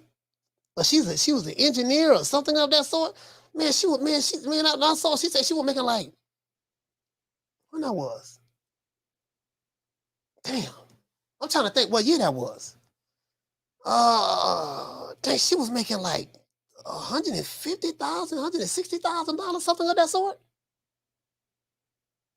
A1 credit. Man, I'm like, bro, like, she would never, like, all them dudes who ain't want to talk to her, boy, Dolores was the one. True. I'm like, look, Dolores, all them niggas you know, who ignoring you and stuff like that, guess what? I bet, you get what I'm saying? Look at them now. They doing bad. They working for the city now. They working for the city. Like, it's all the niggas in the hood work for the city. They get a city job. They're working for the city. You get what I'm saying? That's what it seemed like. Shout out to Jackie Hernandez. What's going on, sis? Man, shit. All them girls, listen, girl, all the girls that was nerds when I was going to school, all of them making, what Kevin Samuels would say, they high value women. They making 6 figures or better. Every last one of them. Maybe not every last one of them, but you know, they making 6 figures or better. Good credit, all that shit. Yep. And the girls that's I got a female friend of mine. She's very pretty. She's a really, really, really pretty girl. Light skin. She was light skin, got cat eyes. Light skin, got cat eyes. And what did say, Moe, you say, damn, she was balling, coach. Yeah, she balling now. Absolutely. Light skin, got cat eyes. I ain't gonna say her name. But she was, all the dudes wanted her, bro. Like, bro, y'all don't understand. In the 80s, in early 90s, a light-skinned chick with cat eyes was the one to be most desired. She still light-skinned. She still got cat eyes. But boy, Lord have mercy. Right now, boy, she is, bro, let's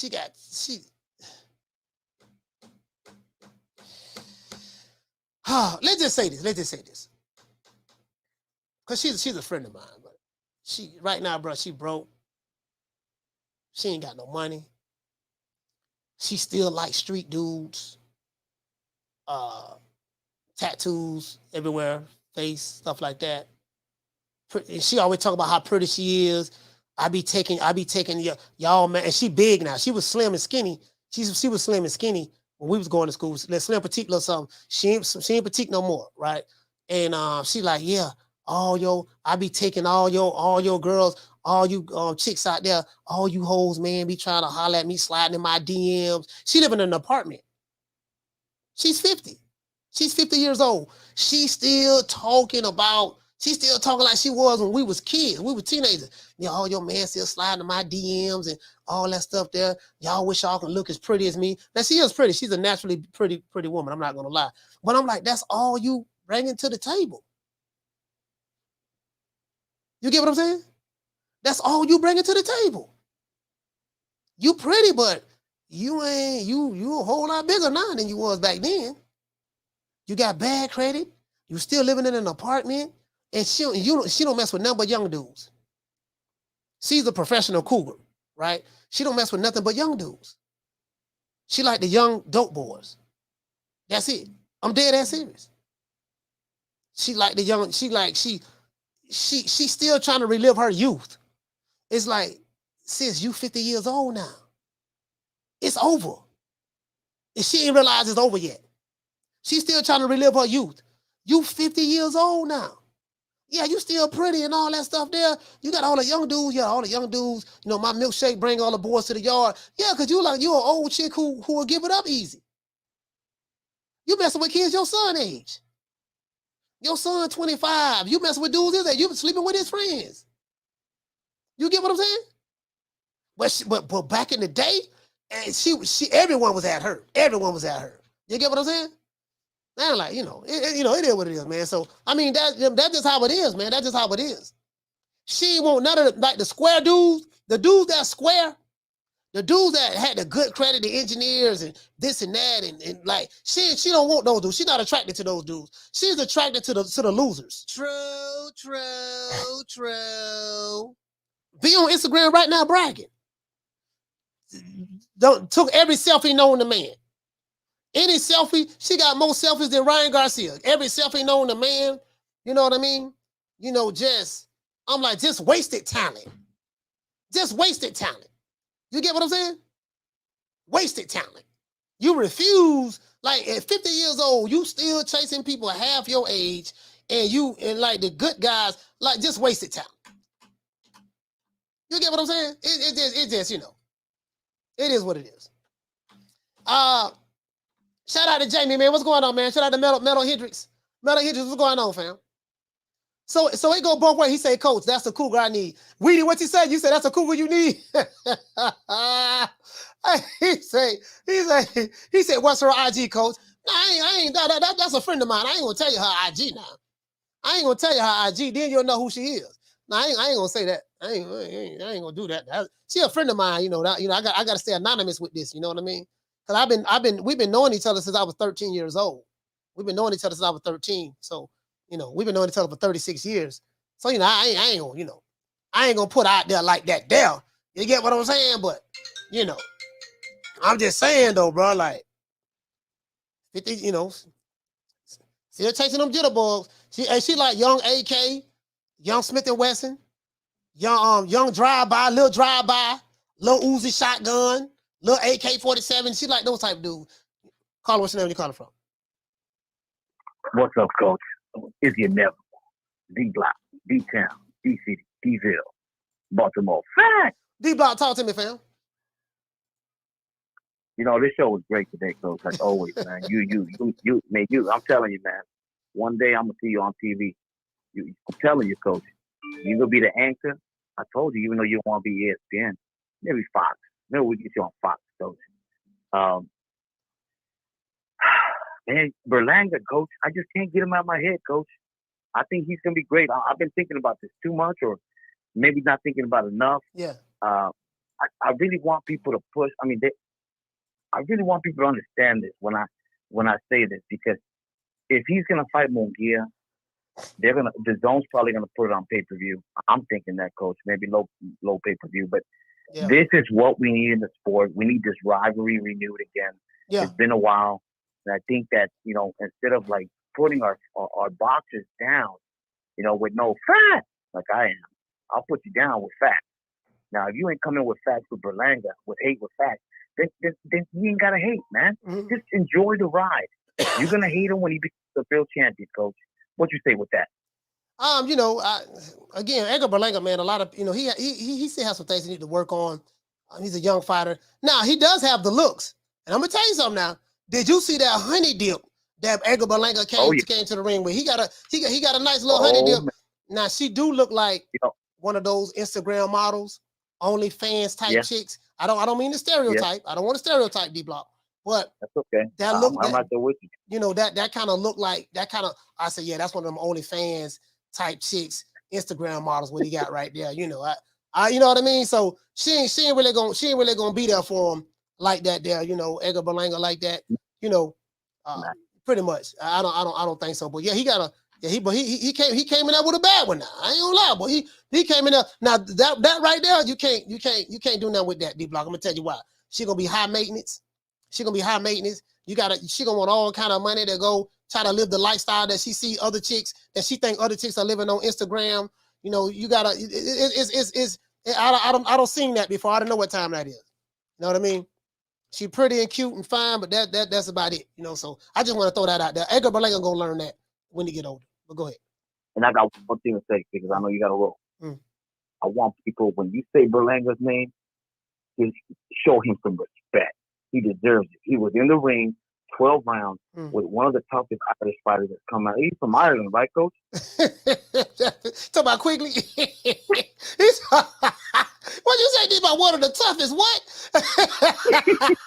You with that bullshit? Talk about some Quigley, one of the toughest. Yeah, one of the toughest tomato cans. So my man, that's all I got to say, man. It's like talk about one of the toughest boys. One of the toughest tomato cans. Quigley, well, Quigley ain't no killer. You know what I mean? Yeah, boy, I got that Jason Quigley, boy, Quigley. You know, Quigley. All right, you get what I'm saying? Nobody think about no damn Quigley. See, he's supposed to knock Quigley out though. He's supposed to knock Quigley out. Let's give everybody a round of applause. Yeah, he gotta knock Quigley out. Yeah, man, y'all. I'm just trying to tell you, jitterbug something, man. Listen, I'm trying to save y'all some heartache and pain. And you sisters who listen to the show, I'm trying to save you some heartache and pain.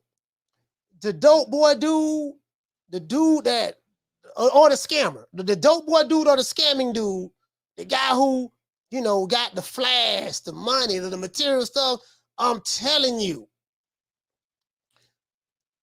please don't have no babies from him. If you have any kids from him, you can forget it. I'm telling you, when the rubber hits the road, you know, you see, this is the thing too, right? We got to know how to, see, we wasn't taught as kids. I don't think our parents taught us how to choose a mate. There's a science to choosing a mate. You get what I'm saying? There's a science to it, how to choose a mate. I got a manual over there as well. But, you know, there's a science of how to choose a mate.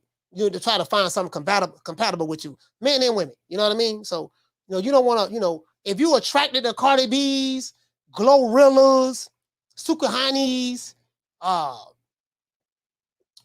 if that's what you're attracted to, if you're a woman, you're attracted to Lil AK, Little Shotgun, young Chopper, young Baby Uzi, you know, young Tommy Machine Gun. If that's what you're attracted to, and you know, I'm telling you, that's gonna be something that you regret 5-10 years later down the line. Oh, you gonna regret that. Yeah, I promise you, you gonna regret that. Boy, listen, I can pretty much, say, yeah, I ain't, yeah, she gonna regret that. I already know what time it is, dog. Yeah, she gonna regret that move right there, boy. You got, like my friend.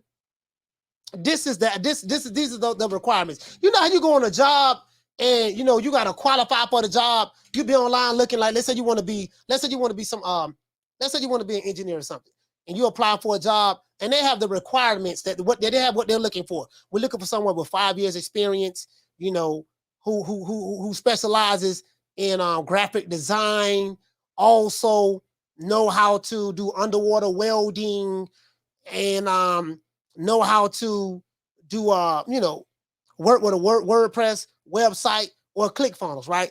And they want you to have so many years experience. Some of these women and some of these men, when they be choosing to mate, like my friend, you ain't got no face tattoos, so that's okay. How many? He got 5 tattoos on his face. Girl, he got 6 tattoo tears, and he got a star on his forehead like the Birdman, girl. Okay, check. That's good. How many times you been shot? Oh, you got shot 12 times? Oh, for real? Oh, dang, you still alive? Okay. What you got shot with? Oh, you got shot with a 9 one night, and then another night somebody hit you with an AK on the thigh. Oh, I see that. Oh, okay. Check. That's another girl. He got tattoos in his face and he got shot. Okay. How many times you been locked up? 10 times? Oh, you been locked up 10 times? County jail or prison? Oh, 10 times in the county, 2 times in prison? Oh, okay. How much time you did? You did about 8 years? Oh, okay, damn, girl, he don't been to jail 10 times, prison twice. He don't been shot and he got tattoos in his face. Okay, you got any baby mamas? Oh, you do. You got 5 baby mamas. Oh, okay, they look better than me. I seen 4 of your baby mamas on Instagram. I'm finding it all in them. Okay. Okay. Oh, you got 5. Okay, cool. All right, yeah, that's the one I want, girl. Girl, what about this? I got another dude over here, girl. He's a fireman. He has good credit, girl. He's a fireman. He speaks. He talk very articulate. But he talked too. He seemed like a square. He talked too proper for me, girl. But he got good credit. He's a fireman, girl. He finna get into a house. This and that. No, I don't want him. True. Yep. Absolutely. The dude. And guess what? The dude's the same thing. Saying, yeah, girl, I got no Instagram model, boy. Where you found this girl at? Man, I was on her OnlyFans page, dog. I was on her OnlyFans page. She was busting it wide open, dog. I knew right then I had to get her, dog. I got her, dog. I finally got her, dog. When I first met her, dog, we went to a 5-star restaurant. I spent like $500-600 on a meal. I was trying to impress her, dog. And then, she she got this outfit. that Jocelyn Hernandez is wearing on Love and Hip Hop. Man, I'm trying to tell you, boy. She got a BBL too. Man, she look good, dog. Trying to tell you, bro. Like I had to have her. I'm like, we already know where that's gonna go at. True. All right, y'all already know where that's gonna go at. You feel me? Let's give everybody a round of applause.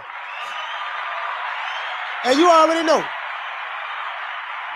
man. Hey, we gotta get the lights up. We need 20 more likes, man. Hey, it is what it is, man. Once again, it's on, man. It's up by Coach Malachi Williams, man.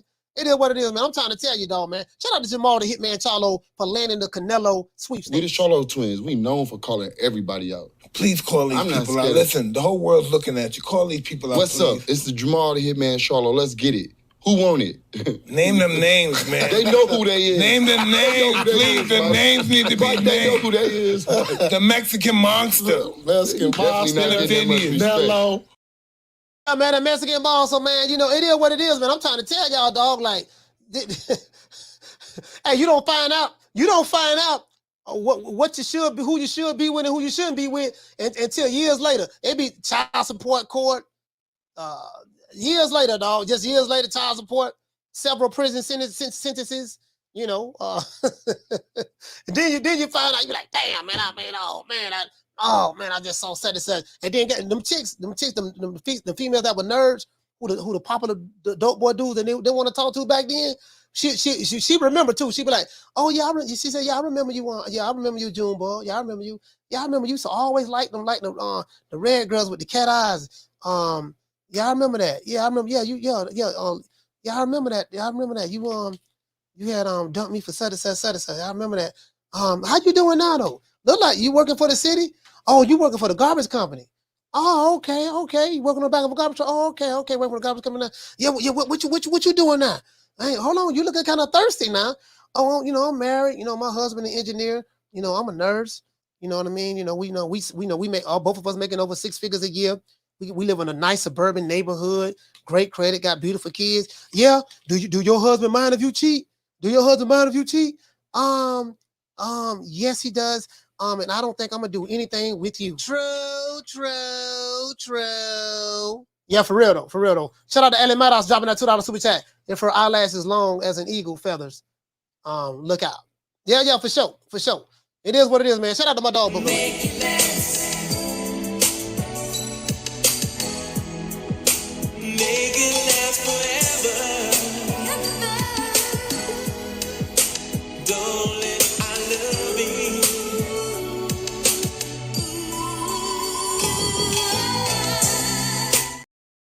I see jitterbugs online. Yay, Lil Boosie got out. Shout out to Lil Boosie, man. I like Lil Boosie. Yay, Lil Boosie got out, boy. But they free the real one. Lil Boosie out.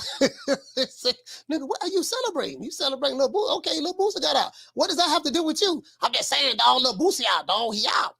You feel me? I want to thank the whole hood who came out here. I love y'all. I did this for the hood. Y'all know I beat that boy.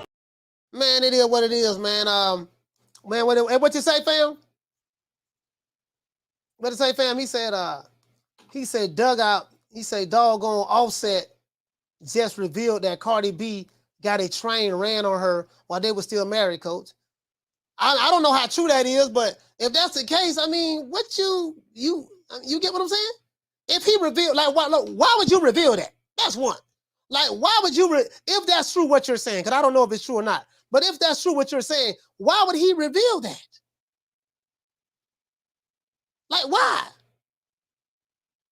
Why would you reveal your wife had a train ran on her? You knew she was for the streets when you married her. You literally took a hoe and you wifed up. True.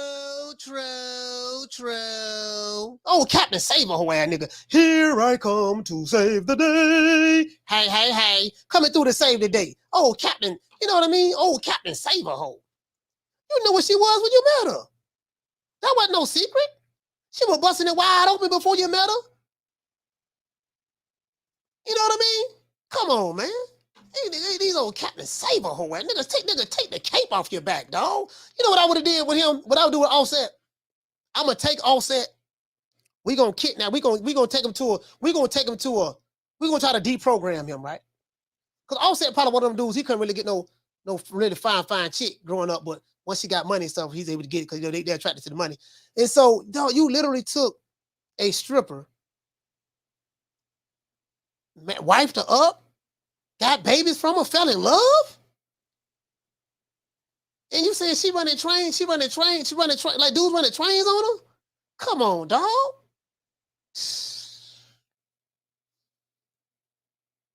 Wow. Nigga, when my name come up, respect it. Let's go. Stop playing with my fucking name. All three of y'all, stop playing with my name. I ain't gonna say it no more. Put some respect on my name. Hey, man, to each his own, man. We got to say all praises due to the Most High, the Most Exalted, Mr. Al. Well, I guess I got to be like everybody else and sing Al Heyman. I can quit my job now, baby. 6 figures, baby. You feel me? But a name. Do you have a name? Oh, nah, I ain't got no name, you know.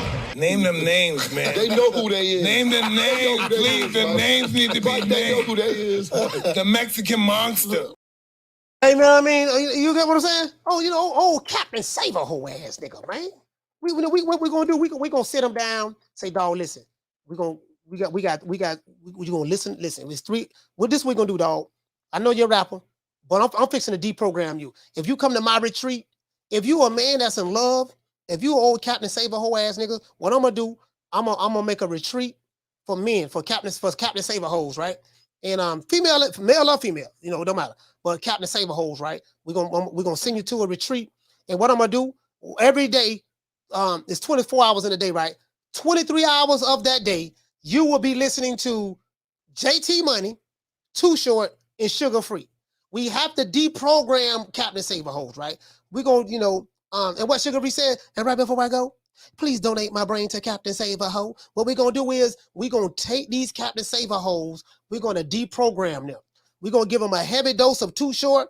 You got to listen to every album Too Short made. Every album.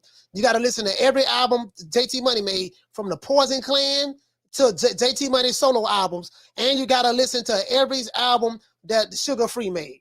You know, every collaboration. That's what you got to do. We got to deprogram. We got to deprogram these dudes. You know what I mean? Like, for real though. We gotta deprogram these dudes. That's what I suggest. That's what I suggest. That's what we're gonna do.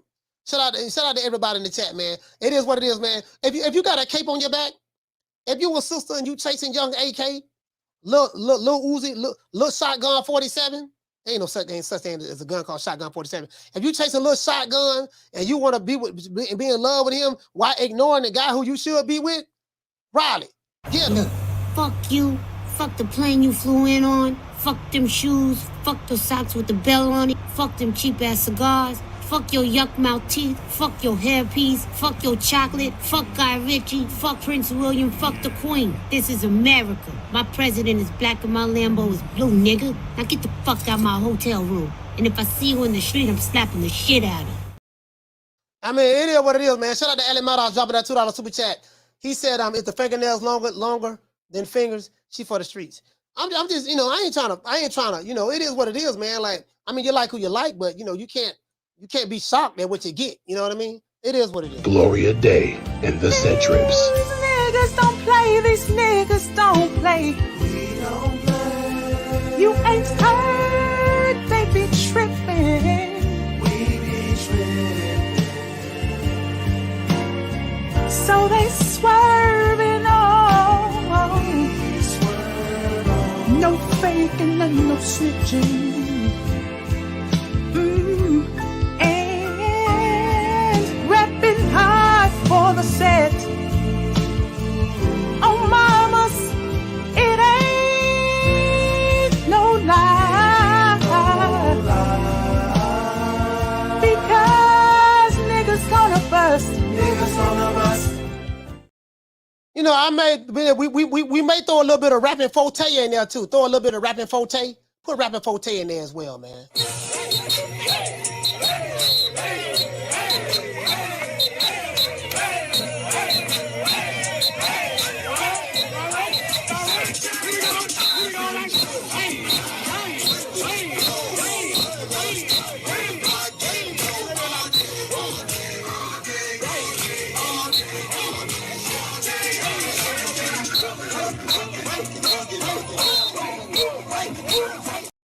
Let's give a shout out to everybody who called the show. Shout out to Yamas from Brooklyn.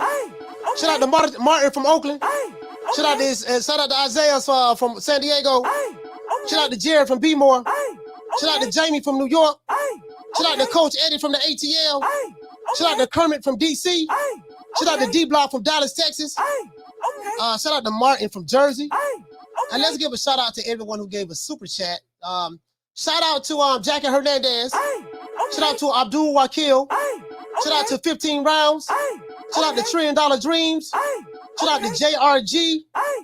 Shout out to who else we got? Shout out to Damon Wester. Shout out to South Central. Shout out to Ellie Maddox. Salute to you guys, man. Let's give a shout out to the people we see in the chat as well. Shout out to D Block. Shout out to Jackie Hernandez. Salute to Mo Easy. Shout out to Food Revolution. Shout out to my sister Nick. What's going on, sis? Shout out to Raphael. Shout out to Raphael 32. Shout out to Edward Plex. Shout out to Diallo Huggy. Shout out to Nelly Content. Swat Jones. Shout out to Matthew Bishop.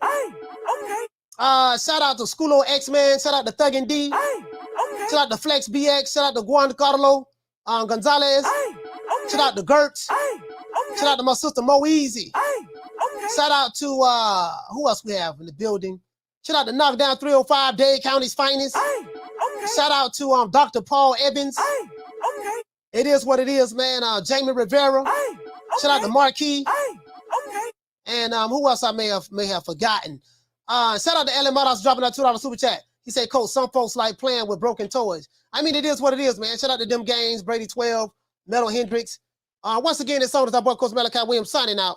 True Media Today, USA Boxing. I'm gonna see you guys tomorrow, 3 o'clock Eastern Standard Time. Now, I showed you guys my setup. So again, a lot of guys, I don't know why they be hating, mad at the old boy, or whatever the case may be. But I showed y'all my setup. Anytime you're doing a podcast and you for real with it, now I do this part-time, but I have a marketing business. So my marketing business, this plays a part in everything I need for my marketing. You know what I mean? Now the boxing is just part-time for me. But you know, you gotta have a multi-view, you gotta have a multi-view monitor. You can get a portable one as well. I have a portable one coming, handheld multi-view monitor. Or you can get just a regular multi-view monitor. You gotta have your ATM Mini Pro. You gotta have a Rodecaster. You get what I'm saying? Multi-view monitor, and you run everything through your ATM Mini. Everything get run through there, and then you have your different camera angles, and it'll literally rotate on you. You can put it on a timer, and it'll rotate. You get what I'm saying? Good microphone. You know, it is what it is, man. I see you guys tomorrow, 3 o'clock Eastern Standard Time. You know my motto: don't meet me there, beat me there. Peace. As a matter of fact, the camera right here. Peace. Man, I'm out of here, bro. Let's go.